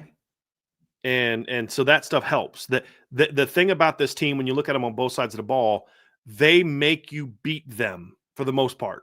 That's what made the Ohio State game so weird. But it wasn't the offense and defense that necessarily happened to. It was the special teams that happened to. I mean, there was one series where they turned the ball over on, I think it was on offense. I think it was correct me if this sequence is wrong, Trevor, but believe it was the first half. Curtis Rourke got sacked and fumbled, and Ohio State recovered it deep in their own territory, deep in Indiana territory. Yeah, Indiana's defense picked off what was Will Howard and ended that drive. Yeah, like that. Because why? Because there was no panic. Because they've been here before. right? They've been in these situations before. And so there was no panic. And that's what you see from this football team is there's no panic in this football team. There wasn't against Ohio State. They just got whooped by Ohio State, but there was never a moment where you're like, okay, the moment's too big. Maybe for their special teams operation, but not for their offense and defense. Sure. But that's not an area where Notre Dame is necessarily, going to go in feeling super great about their operation right now either. Just about to say. As we talked about last Wednesday. But yeah, you nailed that experience part, Trev. And I just wanted to put some data to back up what you were saying because that plays a big role on why they're able to just kind of keep doing what they're doing. It's a very, very veteran football team. Now they're all doing it together for the first time. But now that they're going into game 13, I mean, these aren't newcomers to the system anymore. These are guys that have a full year under their belt. Just like we're saying about Notre Dame's younger players, like they're not. Right. Leonard Moore's not a freshman really anymore. You know what I mean? Like he's a starter. He's that guy now, and so that's a big part of what makes them so good is that. But they're not just experienced, Trevor, and they're just a bunch of older guys that can't run. I mean, this is a pretty good football team too. And I think especially at the skill positions is something that I think a lot of people are underestimating that talent. There's two areas where I think people are underestimating the talent that Indiana has. Perimeter, receivers and corners, and D-line. This is one of the four or five best D-lines Notre Dame will face all year. Agreed. And I'm not saying they're fourth or fifth. I'm saying they're in the top five. I'd say Texas A&M, right? Louisville when they played it. Georgia Tech, Indiana, and then I mean, who's that other group? I mean, it's not Armies, maybe Army, maybe. Florida State has talent, but they're not nearly as good as this group. No. They're more talented and athletic than this group, but they're not as good as this group. This is one of the better D lines that they face, and it's not just because they're try-hard guys. They're good football players too. Yeah, I mean, it's not that they just have a lot of experience and their motor is unmatched. Like they are good athletes. Like, albeit, do they have that just raw 5-star caliber? I mean, no, but it's not like they just have a bunch of bums either, And I think that's just the picture that I've been trying to paint for people is yes, they don't have a Jeremiah Love. No, they don't have, a Xavier Watts, but they have a full team full of Tony Jones's, Kaisers. Like just guys like that. So I think that's what just makes Jack Kaiser's a great comp. Just I do think they have some guys that can play at the next level. I don't think they have any first-round draft picks, but they have guys that I think are going to play in the NFL. And they got a couple defensive linemen that I think could play in the NFL. The West kid that came from Kent State, Mikael Kamara, the cornerback Pons. He's a little undersized, but that kid can play. So receiver, I mean, Elijah Surratt, that kid can play. You know what I mean? Like Keyshawn Williams, we've seen him at Notre Dame's faced him before. He's a good football player. He was one of Sam Hartman's favorite targets a couple years ago, Wake Forest. You know what I mean? Like this is a kid that's played a lot of football, caught a lot of passes during his career. These are not, and he doesn't even start for him. Like think about that, Trev. Keyshawn Williams 2 years ago in 2022 had 33 catches for 553 yards catching balls from Sam Hartman. He comes to Indiana and he's a very important part of what they do. Don't get me wrong. Like he plays a lot of football and him and Miles Price, I believe I get him and Miles Cross confused but the Miles, that's also the slot, but this is a kid, Keyshawn Williams, who's got over 1,000 career yards receiving. He's got 141 career catches for 1,788 yards and 10 touchdowns, and he doesn't start for him. Like these are good football players too. They're not just really smart. Like their linebacking core is not like Drew White's. They're that kind of experience, but they're bigger. They're a little bit stronger, and maybe they don't run quite as well as Drew did. But you get the point. There's some good football players here, and I think that's a misconception a lot of people have is that they don't have athletes. Do they have the level of athlete Notre Dame has? Like you said, no, they don't. They don't have a Leonard Moore at secondary, but Pons can play, dude. Man. That guy can absolutely play. They don't have a Drake Bowen athlete or a Jaden Osbury athlete, a linebacker, but Jalen Walker, Nathan Fisher can play. And that freshman that they have, that short freshman that they have, was a Hardy. That kid's going to be an all Big Ten player down the road. He's going to, when these kids leave, he's going to step right in the starting lineup. He was playing a lot of will early in the year, and they had eventually kind of started playing him more at that nickel spot, when they wanted to go with a 3 linebacker defense this year. But, there's some kids on this team, Trev, that can flat out play, and you've talked a lot about D'Angelo Pons, or at least you've mentioned him a lot. That's a first team all Big Ten performer this year. Transferred from Old Dominion, I think is that where he transferred from? I think he was he was a James Madison kid. Asbury was the Old Dominion transfer. Yeah, he was another James Madison guy, and he was a first team all Big Ten player this year. Mikael Kamara, first team all Big Ten player this year. I think Aiden Davis also was a first team. Aiden Fisher was also, I believe, a first team all Big Ten player this year. Yeah, he was, because he has like 108 tackles on the season. I mean, he's everywhere, dude. I mean, no, I'm really high on D'Angelo Pons. He's a really good corner. I mean, look, if D'Angelo Pons was 6 foot tall or 5'11" and not 5'9", I mean, people would be actively adding him to their draft boards. Like, I'm very high on D'Angelo Pons. He has 9 passes defended in just the raw stats, 2 interceptions, returned 1 of them for a touchdown. He has 53 tackles as a corner. I mean, to put that into perspective, Leonard Moore is Notre Dame's leading tackler in the cornerback room, and he has like 35. Now, mind you, Leonard Moore didn't get the full-time start until, past the midway point in the season, but you get my point. I mean, it's as high as we are on Leonard Moore and his tackling ability. D'Angelo Pons' numbers somewhat emulate what I believe Leonard Moore would have if it were a full season. So D'Angelo Pons is a good player, man. To back up your point, Trevor, if you look at, you said D'Angelo Pons had 53 tackles on the season. If you look at it, and let's look at Leonard Moore and Benjamin Morrison combined for 55 tackles on the season. If you then take away his Louisville numbers of 7, they would combine for, and the reason I take that away is because he was playing field corner that game. He was playing boundary, moved to field because Christian Gray got hurt, moved back to boundary. So if you take away his 7 from that game, he had 28, Benjamin had 20. That puts him 48. Pons had 53. To your point, like, if Leonard Moore, you project what he's done over the course of the season, and I would also argue that Leonard Moore is, I think, has proven to be a better come up and tackle guy than Benjamin Morrison. Benjamin Morrison's an elite cover guy. Yep. Leonard Moore's is bigger and stronger than Benjamin is. And that's not a knock on Benjamin. It's just an evaluation of his game. So I think you're spot on saying that that's kind of what his game is. He's a good football team. Let's talk, Trev, before we move on to some of the matchups, about some of the areas where I think Indiana is vulnerable and some of the areas of concern if you're looking at it from an Indiana standpoint. Number one is, I don't believe that they are an overly athletic offensive line, and they're big and physical, but the issue, so like, their offensive line held up better against Michigan than it did against Ohio State. Why? Because Michigan is a big physical 3-down, they're athletic. I mean, Mason Graham's a stud, but their game is power, and that fit right into what Indiana likes to do. That's why Nebraska struggled so much against Indiana, is because they play power football on defense, and that plays right into Indiana's hands because they have a big offensive line, like a very big offensive line, but they're not overly athletic. And I think that's what hurt them against Ohio State, because they did not hold up very well against Ohio State's speed.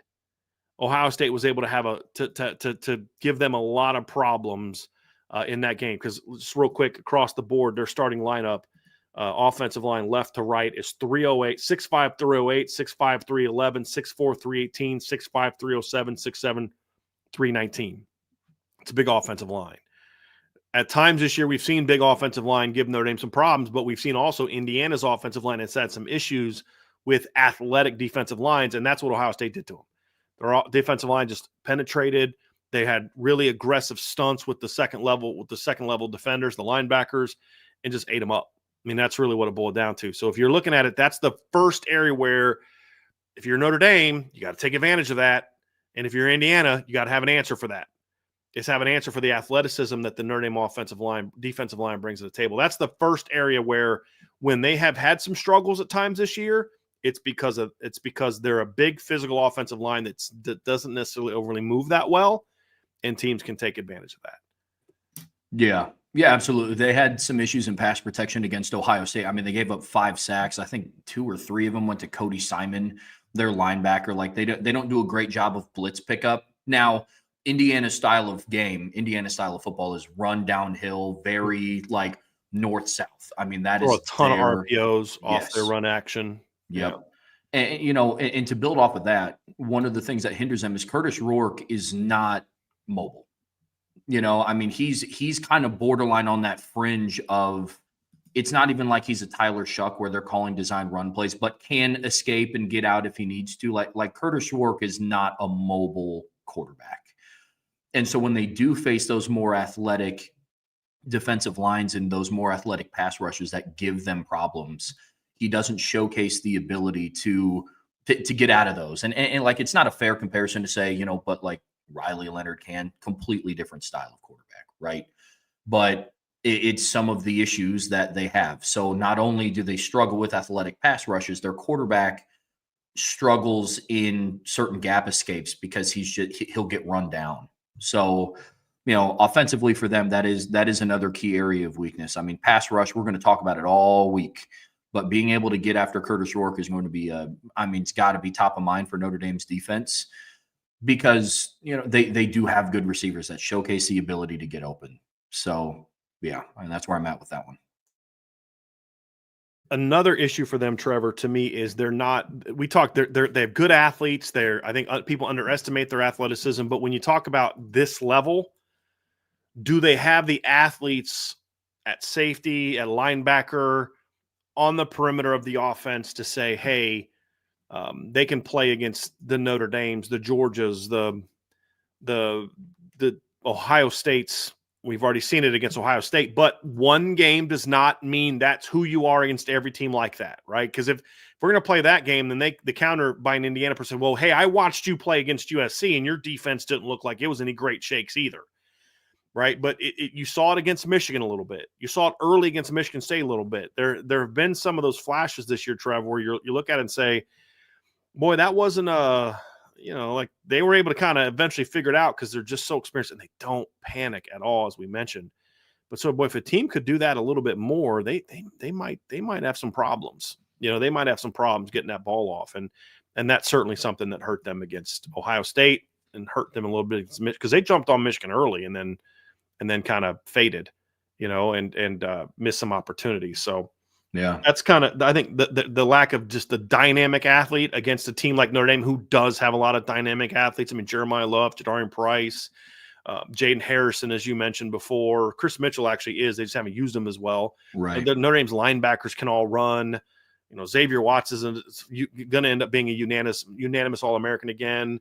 Christian Gray is a guy that ran low 4.4s at camps coming out of high school, and he's not even their fastest corner. You know what I mean? Like this is a Notre Dame team that can run. And how does that stack up against Indiana? And then the final piece to me, Trev, that Indiana schematically is a team that takes a lot of risks, especially on defense. And we'll break down that more tomorrow. And no one's been able to take advantage of it yet. They do a lot of different junk fronts and different pressures and different coverages. They'll try to bait you into certain things. They'll line up their front and almost like an eagle front and just leave the tight end tackle completely uncovered because they're trying to bait you to run right at it. But they've got stunts and different things that that's what they want you to do. And they're really smart in that regard. Like they're incredibly well coached and they know their personnel really well. And they know when they don't have to take those chances, but then you see some games where you can tell that they know that they don't match up quite as well, and they do a lot of funky stuff. And I mean that it's not an insult. They're really well coached within that. Can Notre Dame exploit that? That's an area of concern if I'm Indiana, because we've seen some teams do that to Notre Dame. USC did that to Notre Dame. Army did that to Notre Dame. Navy did that to Notre Dame. Florida State tried to do that to Notre Dame. We've seen some teams try to do that. Louisville did that a little bit early, tried to bring some different stuff, and Notre Dame was able to beat them over the top with it. Notre Dame has played a lot of defenses like that this year, and for the most part, they've had a lot of success. Now, Indiana's been obviously results are better than all those teams. But that's going to be something too that could potentially be a concern if you're looking at it from the Indiana standpoint. Is they take a lot of risks schematically, and Notre Dame's the kind of team, especially offensively, against your defense, where they're going to you take a lot of risks. We're going to have something for you with our run game and our screen game, and then the other side of the ball, there's a reason why Notre Dame's number 1 in the country in turnovers gained. Because they take advantage of those things, and I think that's something that plays really well into Notre Dame's favor.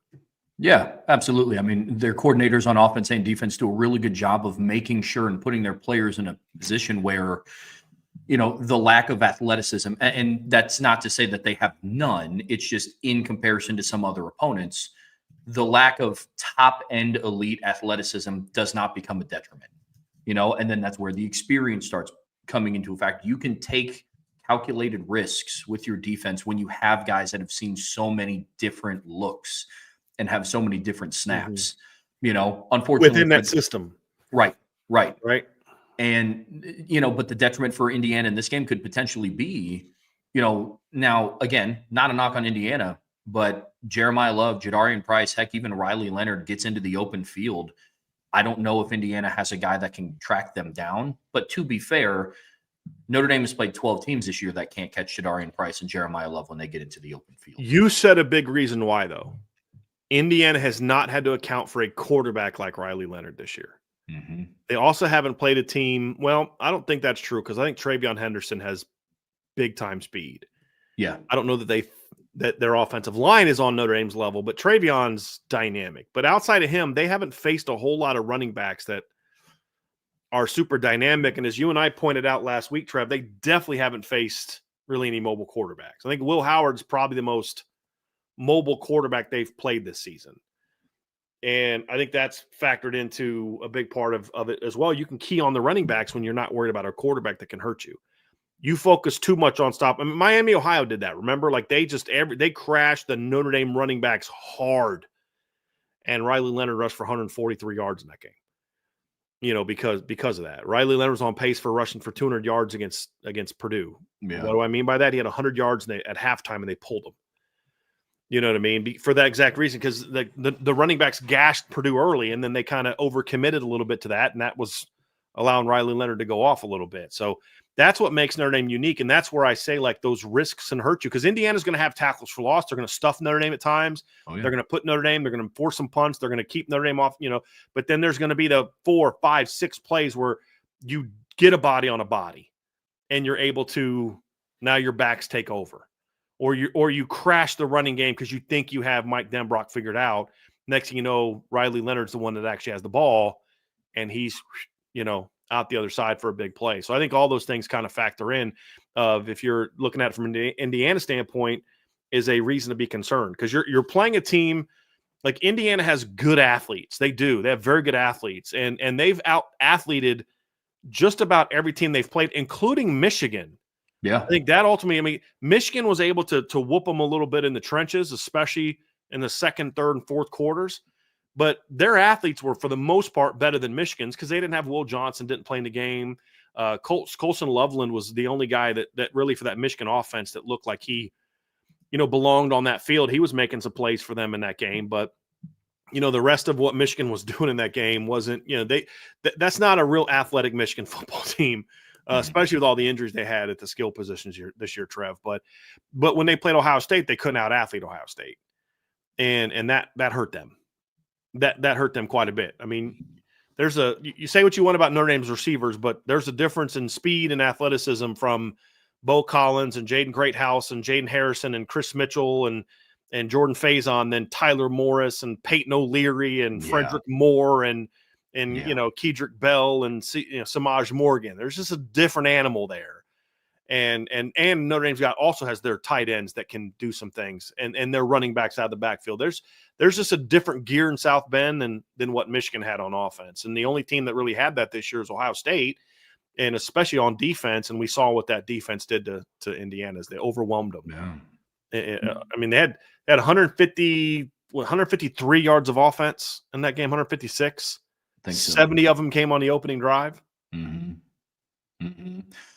I mean, it's interesting. I mean, I've paid a lot of attention lately to the Indiana-Michigan game and the Indiana-Ohio State game. And honestly, one of my biggest takeaways was not even about the Notre Dame game. I mean, it's just IU did what Ohio State should have done to Michigan. They relied on their athletes on the perimeter. And it was a 5-point game, right? Literally, if Ohio State emulated what IU did to Michigan, it would have been a boat race. I mean, IU was smart and they played into the strength initially to their strength of their team of, we're going to be downhill. We're going to try to lean on you a little bit. And they found out they couldn't do that to Mason Graham because not a lot of teams can. And, early on, they started having a lot of success getting the ball out to the perimeter. They jumped out to a 14-3 lead, I believe. So, I mean, it's interesting to see kind of the difference there. But I think that shows when you look at it from a Notre Dame lens, this is a team that can kind of figure out on the fly when, like you talk all the time about matchups. And I think Indiana was just a bad matchup for Michigan, and they used it to their advantage. Ohio State was also a bad matchup for Michigan, and they didn't use it to their advantage. So they tried to beat Michigan at their own game. Because Michigan's, you're talking about Ohio State versus, I agree. Agree. I think that's a great way of putting it, Trevor, is you have to take, and that's the thing about Notre Dame this year, is that's who Notre Dame's been all year. That's not Notre Dame doing anything different. It's just who they are. And we'll see if they're able to do something about it. Because I think the coaching matchup is a really intriguing one. These are two very well coached football teams. Yes, very well coached football teams. And it's if you're someone who likes the chess match aspect of football, this will be the best game of the weekend in that regard. Because, I mean, I look at, I think of Steve Sarkisian against West Goodwin, and I'm like, that's going to get ugly. Rhett Lashley against, Tom Allen's a decent one, SMU's offense against Penn State's defense. Andy Kotelnicki against that SMU defense, which is really, well schemed. Jim Knowles against Josh Heupels but this Al Golden against Mike Shanahan and Mike Denbrock against, and I keep forgetting Indiana's defensive coordinator's name. I feel so terrible about that one. But it's just been one of them weeks, man. It's just been one of them weeks where I just keep dropping some things. But when you look at them, Trev, they're a really well coached football team, and I think their defensive coordinator has been with Steve Sarkisian, Kurt Cignetti for about 5 years. At least he was with him when he was at. He came with him from Bryant Haynes. He came with him from James Madison. So he was at James Madison from 2019 to 2023. So 19, 20, 21, 22, 23. So 5 years before this year. So I was close. And he was he was with him at Elon as well. So he was with him for 2. He was the linebackers coach for him at Elon. So he's been with Kurt Cignetti for a while. And it's a good football coach. So it's a smart football coach. And so that part of the game is going to be a lot of fun. And I can't wait to see that. We're going to finish up with matchups, Trev, when we get next. We do have a couple super chats we're going to get to at the end as well. But before we do, folks, y'all know what to do. See a little like button down there. Go ahead and hit that. Go ahead and give us that thumbs up and share this podcast. Helps us. YouTube has not been promoting our show as much lately. So the more that you interact, the more that you give us those thumbs up, the more you share your podcast and all that good stuff, the better it is for us. So we would greatly appreciate you doing that. And of course, as always, sign up for the message board at boards.irishbreakdown.com. So Trev, I want to dive into this last part of the breakdown, and we're just going to kind of take a quick look at some of the matchups in this game that we find most intriguing.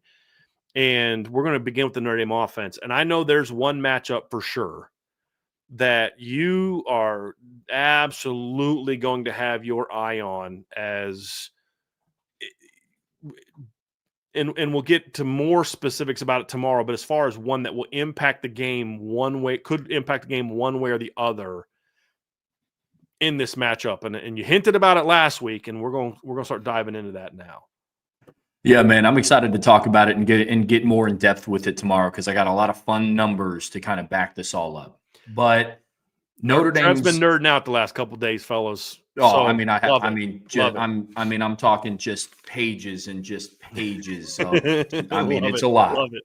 Oh, it's good stuff, man. It's good stuff. But Yeah, the biggest matchup that I'm going to watch on offense is the tight ends and the linebackers and the safeties. And, it's tough because, like, you have your givens, right? Like Jeremiah Love, Jadarian Price, obviously people are going to watch them. Riley Leonard has to perform well. I started thinking about Riley Leonard's performance and who can kind of get him jump started, and then I started thinking down the latter half of the season when Mitchell Evans started coming on. I started thinking about the Purdue game when, Riley Leonard was needing to start getting in a rhythm early, and a tight end, I believe, was his second completion of the game. I think it was to Cooper Flanagan. Mm-hmm. And you go through, and I started going through what I believed could kind of be the tone setter. Speaking of matchups, one of the detriments to Indiana's linebackers in their secondary is their size. Both of their linebackers are 6'1". One of their safeties is 5'11". Amari Farrell has pretty decent size for a safety. I think he's 6'2". But then you go through and you look at Notre Dame's tight end room. Mitchell Evans is 6'5". Eli Raridan is 6'7". Cooper Flanagan is 6'6". And those guys are all matchup nightmares. And Mitchell Evans, we've talked about it all year. If he can come back into form and start to emulate some of his performance midway through 2023, defenses are going to have a really hard time shutting down this Notre Dame offense. And so to me, the number one matchup I'm watching on offense is the tight ends for that reason. Getting them involved in the pass game early, running that. I mean, I love the fact that Mike Denbrock used Eli Raridan on a slot fade to close out the first half with a touchdown. I mean, I thought that was fantastic because it's a matchup nightmare. And the commonality there, the linebacker that he was on that was guarding him was 6'1", built a lot like Aiden Fisher. And you could just see it when you watch film. I mean, the comparison of size in that USC game when Eli Raridan went up and caught that slot fade, it was just no contest, Yeah. So that's going to be the one for me. And the Florida State game, too, if you remember late in that half, Mitchell Evans against the safety. Same deal. It's like that guy had no chance. No chance. And then same thing with that other safety that was matched up against Mitchell Evans on his touchdown that put him up 35-21. Yep. It's just and I think Riley Leonard's starting to figure that out too. Like I got these big old guys. Like, there was that play against Florida State that got called back. They said Mitchell Evans didn't catch it. I thought he caught it. But Riley Leonard just threw it about 10 feet in the air and said, go get it. I think he's starting to figure because to your point, Trevor, it's like there aren't a lot of 6'3" guys against Eli Raridan are giving up 4 inches. These Jalen Walker and Aiden Fisher, I believe, are both 6'1", correct? Yes. And Mitchell Evans is your shortest tight end at 6'5.5". He's your short guy. And they're starting to, I think, figure that out. Riley Leonard's starting to figure that out. I think and their safeties too. The Farrell kid's about 6'2". Yep. But Sean Asbury's 5'10". Yep. Their nickel's 5'11". You know what I mean? So I think that's a great observation, Trevor. There's another one that I think is going to have a big impact in this game also, and that's this is an area that's worth watching, and that's the Notre Dame offensive tackles, Anthony Knapp and Emil Wagner against Mikhail Kumar and Lindell Carr, especially Mikhail Carter. This is, again, Trevor, you talked about it. It's a first-team All Big Ten kid. This and he's built like a group of 5 guy, what you expect from a group of 5 guy, 6'1", 260, not super big, doesn't look the part, right? Doesn't look like just a chiseled, kid. He doesn't look like it. So if you're watching warm-ups, you're like, that's their best defensive lineman. Like, he's not a get off the bus, first guy off the bus guy, right? I mean, can we agree on that? He's not a guy that's like, when you get off the bus, that's the first guy you want getting off the bus, like Notre Dame's going to be doing with, like, Charles Jagasaw and Bryce Young and, guys like that. No, he's one of the last guys off the bus. But then you pop on the film, or then the game starts. Man. And it comes in, and you're like, "Ooh, this kid's a good football player." 15 tackles for loss this season, Trev, 10 sacks, and I believe his number on defense was 61 total pressures, 27 hits plus sacks in the quarterback. Like, this kid is getting after it. Now, they do a lot of stuff for him. He doesn't just come off the edge and blitz or like rush off the edge all game. There are a lot of twists, a lot of stunts. There's a lot they do. There was a play against Ohio State, Michigan, where he just stunted right into the hole and just blows up the running back. They just do a lot of that stuff, but there's plenty of snaps where he's coming off the edge and just whooping an offensive tackle. I'm also worried about this because he's also a pretty good run defender also. He's not just a pass rusher. He's not just a short Elvis Dumerville like pass rusher. This kid's really stout against the run as well, and does a really nice job playing the backside. His motor on backside of runs is really good. Now, it's Notre Dame. That could get interesting because of the stuff that they do if they have a game plan for that. But he's also a guy that does a really nice job when you pull at him. He does a great job of kind of wrong arming that, getting leverage and getting underneath the pads of the puller and stoning them, which then throws off the timing of the run game and forces a spill.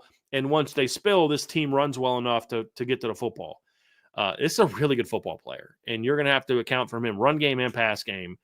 This is a matchup that Notre Dame's going to have some success with. And if they don't, this could be one of those kind of neutralizer matchups that makes the game, you had the guy, oh, man, we'll be talking about a breakdown. Did you guys see that play on 2nd and 5 where Jaden Greathouse smoked the safety? Man, if only Riley Leonard had more time on that play, that'd have been 6.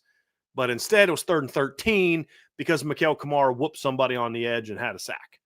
Right? Like, you got to make sure he doesn't have that kind of impact on this game. And he can, Trevor. He certainly can. Yeah. No doubt. Oh, he absolutely can. I mean, he has an innate ability to get after the pass rusher. That's how I like to talk about him. And you know what? We've talked all year about, like, that guy's just a good football player. And that's Mikael Kamara, man. I mean, he has a nose for the football. He has a nose of getting after the quarterback. And I'm glad you brought up the run game aspect. On the backside, he does a really good job of coming flat down the line. Really good job. Schematically, they do a lot of things to put him in the position to win matchups, like blowing things up in the middle. I remember exactly what play you're talking about. Khalil Mullings took an inside zone. They looped around. Right. They looped around Kamara, and he ate it up. 2-yard loss. I mean, it was spectacular. And to your point, kind of goes into the fact that they haven't played a mobile quarterback because, I'm looking at this and I'm thinking if I'm 13 and I see Kamara just flying flat down the line, see ya. Right. You know what I mean? Right. But again, he's a good enough football player and he's played enough snaps that it could be altered. Maybe he's not coming down as flat as aggressively as he normally does. And they'll do some things where they crash him off the edge and they bring somebody down to protect him, safety, especially, strong side runs, Trev, too, is they will do things to turn him loose and then protect him. So if he does, if you're running around him or outside of him, you're running to someone filling that alley. They almost treat him like a blitzer. Yeah. Like where a lot of teams, when you blitz a linebacker, you got to replace them with something. That's why you see a lot of safeties coming down. That way you're just not vacating whole parts of the field because you blitzed a guy. They tend to do that a little bit with Kamara, where their snaps, Trevor. You guys have to picture this. I'm going to put this into a breakdown on the message board this week, but they will line him up as a 3 technique to the tight end side, have him on 3 technique, a nose, a 3 technique, the D-tackle is a 3 technique, and then an end. And it's like, do they know that there's a tight end out there? But it's because they have stuff behind it. They'll either twist them out or they're trying to bait you into running right there, and then they're crashing their corner and bringing a nickel down and almost running like an outside stunt with the safety at the corner and the nickel. They do some really creative stuff where that's where they'll try to use him to bait you into something like, ooh, let's just wall them down and we'll run off tackle. And then you're like, nope, because that linebacker, safety, or nickel, or 2 of those guys is coming hard and coming hard at you. And so that he's a really good football player. And you have to Mike Denbrock and that staff are going to have to account for him. There's no question about it. He's going to be a big part of it. And then, the last one, Trevin, and we'll dive more into this tomorrow and on Thursday, but the corners at Indiana are pretty good football players. They're also not very big football. Notre Dame's been playing a lot of 6'2" corners this last month of the season. A lot of tall, long, rangy corners. These kids aren't that. They're really technically sound. They're really good football players, but they're smaller guys. This is one of those games, and I'll have something on the board about this probably tomorrow, the importance of this matchup. But the outside receivers for Notre Dame also have to be big. I think you could throw the slots in with that tight end conversation. I think you could throw Jaden Harrison and Jaden Greathouse into that conversation. But in this game, I really think you're going to need your outside receivers to make some plays in this matchup. And if they completely get taken out of the game and those safeties can, just by one-on-ones, if Pons and Johnson could just kind of take your outside receivers out of the game and they can keep those safeties focused inside on the tight ends and the run game and things. That's where Indiana could slow this offense down. Yeah. Is you have to make them pay for going one-on-one with your outside receivers. You do. Like comebacks, outs, quick game, but also being able to make some plays after the catch and make plays down the field. That's the other part of the matchup we have to look at. And then on the other side of the field, Trevor, is the young corners coming off of a rough game for Christian Gray against USC against another really good receiving core that is deep. I mean, they're going to play 5 guys like a lot in this game. They keep their receivers fresh. Surratt's the only guy that really plays almost the whole game. Yeah. I mean, like their other receivers, they rotate a lot. So if you look at their numbers at Pro Football Focus, Surratt plays 629 snaps. They have, after that, it's 448, 418, 309, and 299. Like those next 5 guys or those next 4 guys all rotate a lot. Surratt's their dude. Those 4, he's the boundary receiver. Those other 4 rotate a lot. And that's what USC did. USC rotated a lot of different bodies at Notre Dame corners. And you can be sure that they saw that film and they're going to do that. So that matchup of Notre Dame's outside receivers and really just overall, I mean, Jordan Clark against their slots, just overall the secondary against their receivers is a big matchup in this game. We think the secondary is really good. We think that they just had a rough game against USC. This is your chance to prove that that was an anomaly. Or you struggle again and you realize like maybe they're not as good as we thought without Benjamin Morrison. You know what I mean? So we're going to get some answers about how good this secondary really is in this game. Because this will be one of the better receiving cores. Like I would say that Indiana, I'm thinking this through. So I would say they probably have one of the 5 best receiving cores in the playoff. Yeah. It's them, it's Oregon, it's Ohio State, it's Texas, Arizona State, no.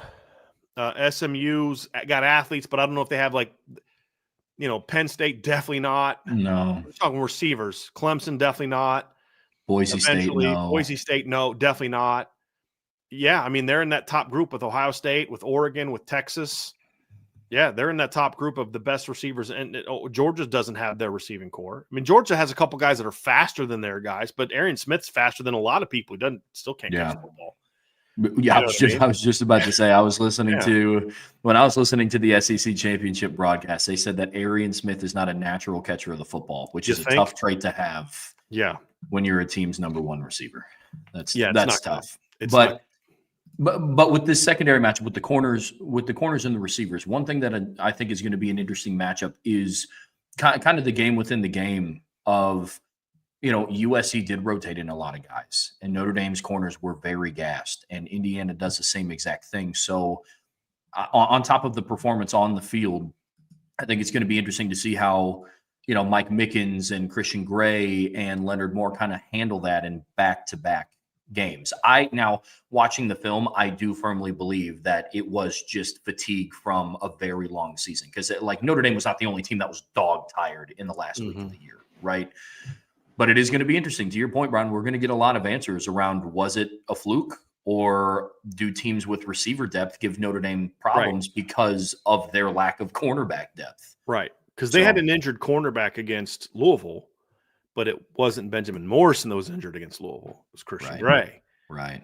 So you had Leonard Moore and Benjamin Morrison. Now we're going to find out. Now, again, they held their own, more than held their own against Georgia Tech. This is a different kind of receiving core. It's got some of the speed and quickness that Georgia Tech has with Singleton and Rutherford, who are smaller, quicker guys. But they also have a 6'2-ish kind of 6'3-ish kind of guy in Elijah Surratt that presents some of the problems that Deuce Robinson and Ja'Cory Brooks presented against this Notre Dame receiving core in that game as well. So it's going to be an interesting battle. And then the same battle that we talked about on the other side of the ball, Trev, is the edges. Right, the Notre Dame edge rushers against we're going to talk a lot about the interior and all that stuff, but this is an intriguing matchup. Their tackles are not overly athletic and talented, but they're very solid. Carter Smith and Trey Wettig, they're very solid players. Very steady players, but also not very athletic guys. The Notre Dame edge players, there's some athleticism there with Bryce Young and Josh Burnham and Junior Telemaka, but they haven't been overly consistently productive. is there a give here? Does Notre Dame's athleticism carry the day, or does the steadiness and length and size of the Indiana tackles carry the day? That's another matchup that I think is going to have a big impact on this game. I mean, it's always, you could say it's always unique, but this one's unique because they're polar opposites. Notre Dame's edge rushers are young and talented, and and there's some ability there, but they don't produce to their talent level, in my opinion.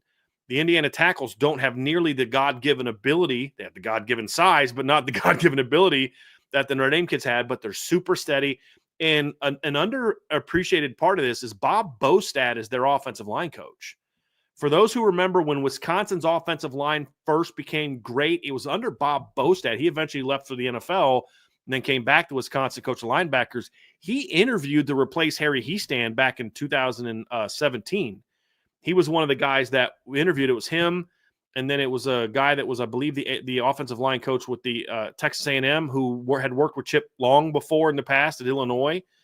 And so it was Joe Gilbert, I think is his name, and then Jeff Quinn. Well, Bostad would have been a home run hire if Brian Kelly was smart enough to hire him to replace Coach Hiestand. Was not smart enough to do that. This guy's a heck of an offensive line coach, and he has an old school Wisconsin offensive line. Big old country boys. I think two of them are from Wisconsin. Yeah. You know what I mean? Yeah. And Drew Evans transferred here. He's out, but Trey Wedig transferred from Wisconsin as well. This is what you used to get at Wisconsin. Not very athletic, not super mobile, but big and physical and well coached. That matchup on the edge against the Notre Dame players who are the exact opposites is certainly one that's going to have a big impact on this game. Yeah, I think you explained it really well. I mean, it's what's going to give. Is it going to be the inconsistency of Notre Dame's edge rushers, or is it going to be the lack of athleticism of the IU tackles? So I know last week we talked about Bryce Young kind of being a guy that could kind of blow this playoff wide open and start leading a charge for the Notre Dame edge rushing crew. And I think this Indiana game is going to give us a good indication of, is that something that is realistic, or are they going to kind of go with more of the veteran presence of, the Josh Burnhams and the Junior Tuialamakas? Moral of the story for me, I don't care who it is.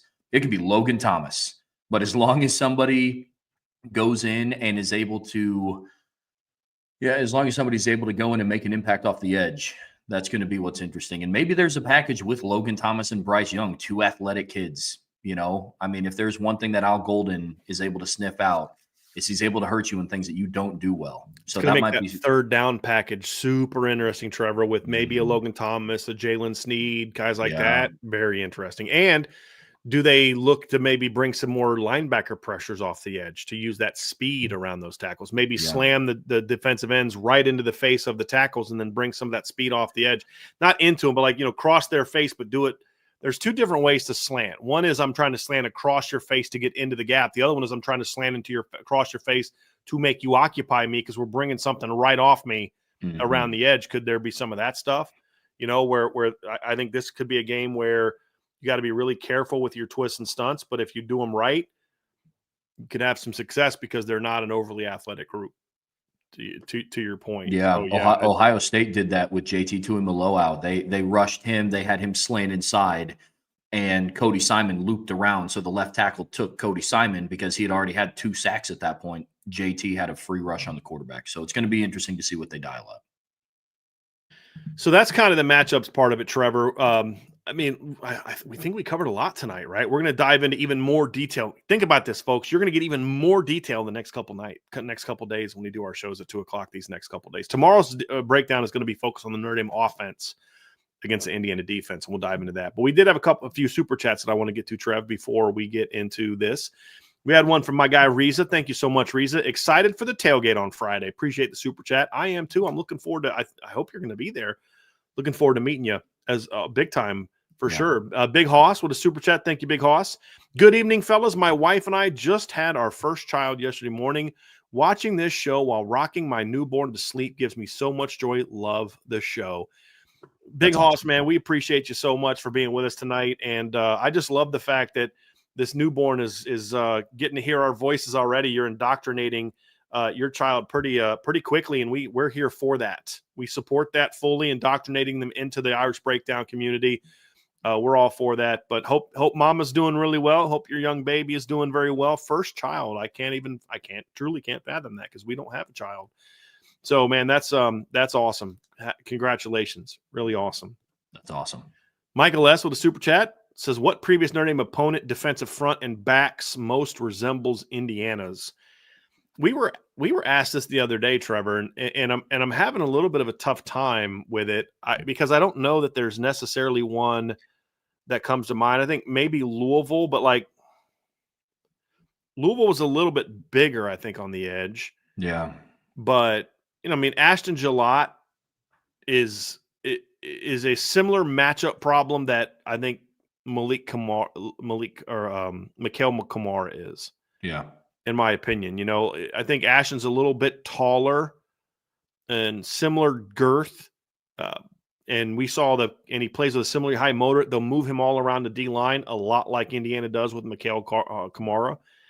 So I think Louisville had some beef up the middle as well, like Carpenter and CJ West. I think Louisville's probably Georgia Tech has a very different type of defensive line. They're just big. Zeke Biggers is massive. The other kid is at Vandenborg or whatever. Yeah. He's a big old kid. They're more of a space-eating power type of D-line.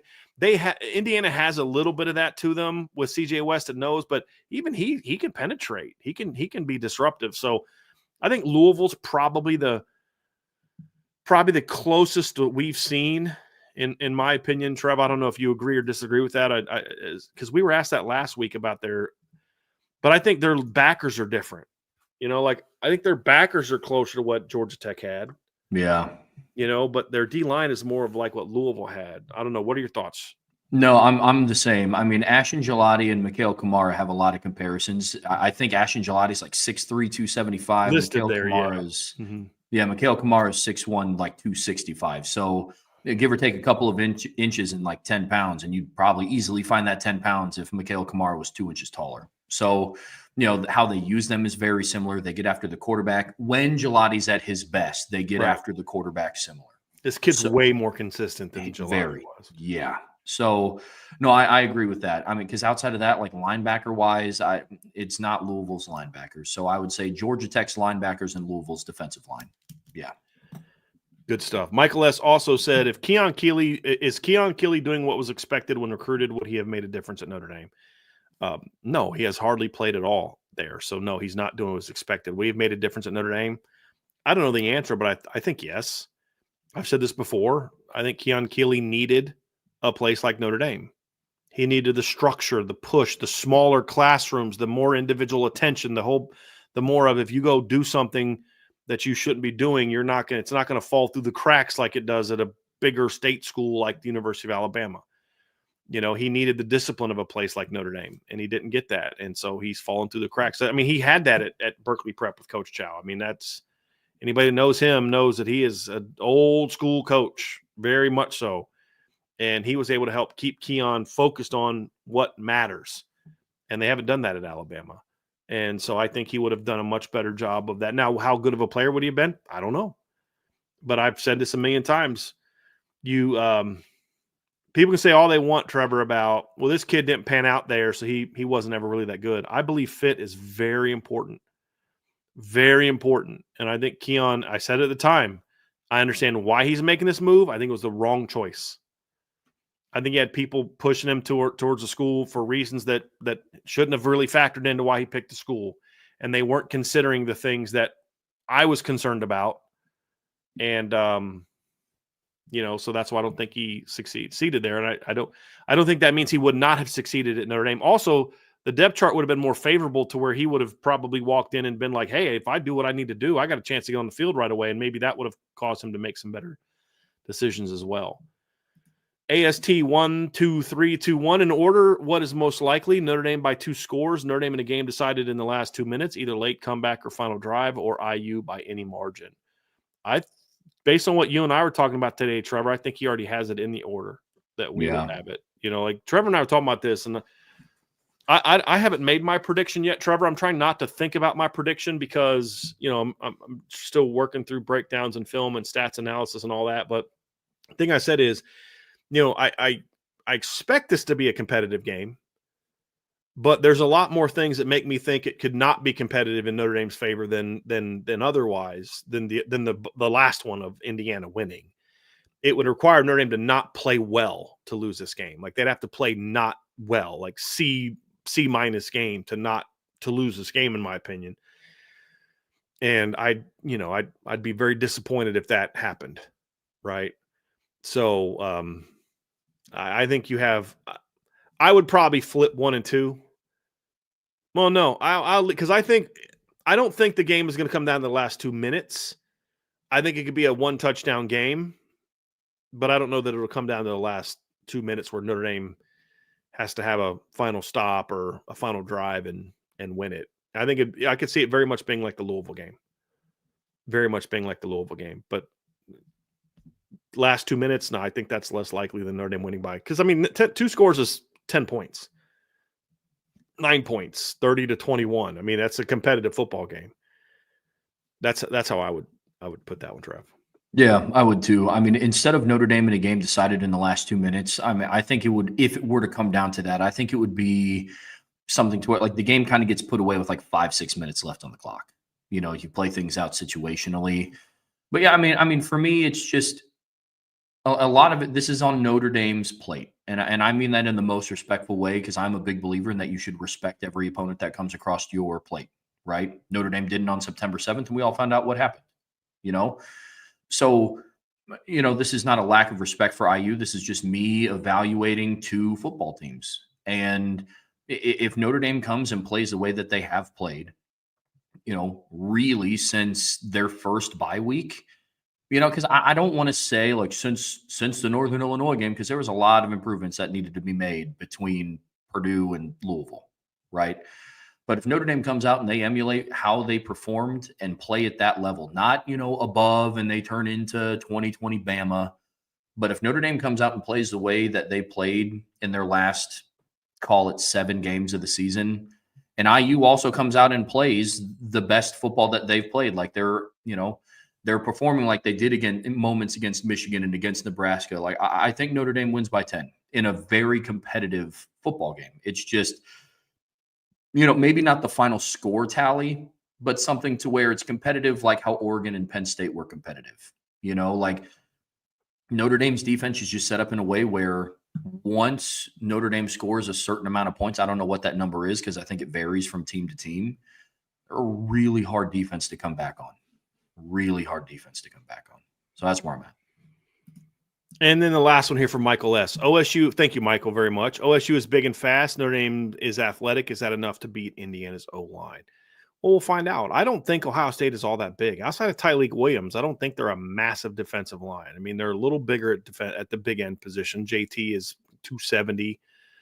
RJ Oben is 265. You know, Bryce Young is 6'7", 255. Jack Sawyer, 6'5", 260. Josh Burnham, 6'4", 255.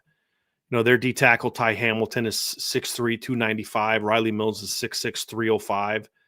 They're a lot bigger at nose tackle. Tyleik Williams is like 325, and Howard Cross is 285. You know what I mean? Outside of that, they, you know, Cody Simon's listed as big as Drake Bowen, but anyone that watches those 2 kids next to each other knows that Drake Bowen's a bigger player. Sonny Styles is tall and long, but he's not like a real big power guy. But yeah, they're fast, but I think Notre Dame is as well. I think where Ohio State they are more talented in the defensive line than Notre Dame is. There's more high-level draft picks on their defensive line than Notre Dame has. Sure. But I don't know that they're a lot bigger. But yeah, I mean, we'll find out, right? We'll find out if that's enough. You know, that's going to be the question. But I think Notre Dame is also not just athletic, but also fast as well.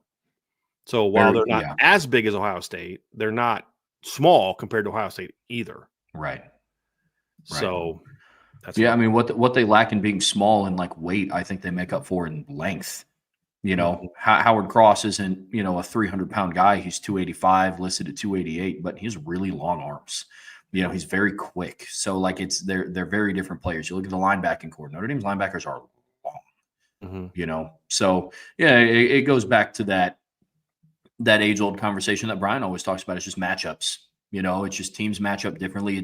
You can't just look at, well, Ohio State has high caliber recruits, Notre Dame has high caliber recruits, and we saw what Ohio State did to Indiana. It's different, right? Mm-hmm. I mean, you say the same thing on offense. So it's going to be interesting, and it's going to be fun to break it down all week, Brian. I'm pumped. Yeah. Yeah, it's going to be a blast, man. It's going to be a blast. So I can't wait to do it. We're going to be back tomorrow, as I said, folks, at 2:00 in the afternoon as our normal, or our most recently normal time, because hopefully this is the last week of construction at our house. That's the plan. Thank goodness. Just pray that for no more floods, man. No more floods in the house, because this has not been like fun construction. Oh, we're redoing something because life is good. No, this has been like, seriously, really, it is what it is. But hey, look, that's life. Hopefully it's going to be done this week and we can get back to our normal 1:00 time, but we're going to be 2:00 the next couple days, breaking down the offense versus defense matchup. And then the other side of the ball on Wednesday. It's going to be a lot of fun. No Bisa Hold this week, as I said. No show on Friday, so no mailbag this week because the game is on Friday. And we're going to be tailgating. So we're going to have our IB tailgate on Friday night at the stadium. We're going to probably get there around 1 or 2. Going to have a lot of fun. My wife and mom have talked me into making my chicken chili that we have. So I'll have that. My mom's going to make a lot of good stuff too. So we're going to have a lot of fun. We're going to have some cold drinks because, got to have the Mountain Dew there. We're also going to have some coffee and hot cocoa. And we're just going to be hanging out all day. So Trev will be there, I'm sure, on Friday. I'll be there. Vince will be there after work. I think Ryan Roberts is going to be in town. So we're going to have a lot of our crew there. My parents will be there helping run the tailgate. So we'll be in the Joy slot somewhere. I'll tweet out where we'll be. But we finally found an IB flag. So we have an IB flag now, Trev. My dad actually bought it. Well, we've always had the flag, but my dad bought a flagpole. Nice. And so we hooked that up last time. So you'll see the IB flag hanging above the Notre Dame tent. So we have a big Notre Dame tent that we put out. So we'll have that on Friday. It's for any Irish Breakdown community member. So it's not just for premium message board. If you are just a podcast listener or you're just a show watcher, you are just as welcome as anybody else. Bring anyone you want with you. We're not checking IDs. Like, are you a paying member or not? Bring your family, your friends, whoever you're going to the game with, and just hang out. We talk ball. Sometimes I give some inside scoop, things that we don't put on the message board, explain some situations, have some fun. We'll have people standing around us asking questions. We love doing that. We love meeting y'all, and we'll be there. I'll probably go into the stadium around 6:30 is when I usually go into the stadium. So we'll be there for all afternoon. So I'm looking forward to it. Looking forward to meeting a lot of y'all. Can't wait for it, and hanging out, talking some ball. So that's going to be the IB tailgate. And if you're not going to the game and you're just on campus, still come. I mean, if you're local, show up, find a place to park off campus, come hang out at the tailgate, and then you can go home and watch the game later. So it's going to be a blast. So we're doing that that's going to be the IB tailgate on Friday. No charge, nothing to have to pay anything. This is our thank you to you guys for being supporters of what we do. So those are all the questions we normally get asked. Okay, do I have to be a premium board member? No. Do I have to pay to come? No. Do I have to bring anything? No. Can I bring family and friends with me? Yes. All are welcome. So we look forward to that. So anyway, that's going to do it for Trevor and I, folks. On your way out, hit that like button, hit the subscribe button, hit the notification bell, share this podcast, give us a 5-star review. We'd greatly appreciate that. And of course, as always, the best way to support Irish Breakdown is to sign up for our message board at boards.irishbreakdown.com. Have a great rest of your night, and we'll talk to you again here very soon on the Irish Breakdown Podcast.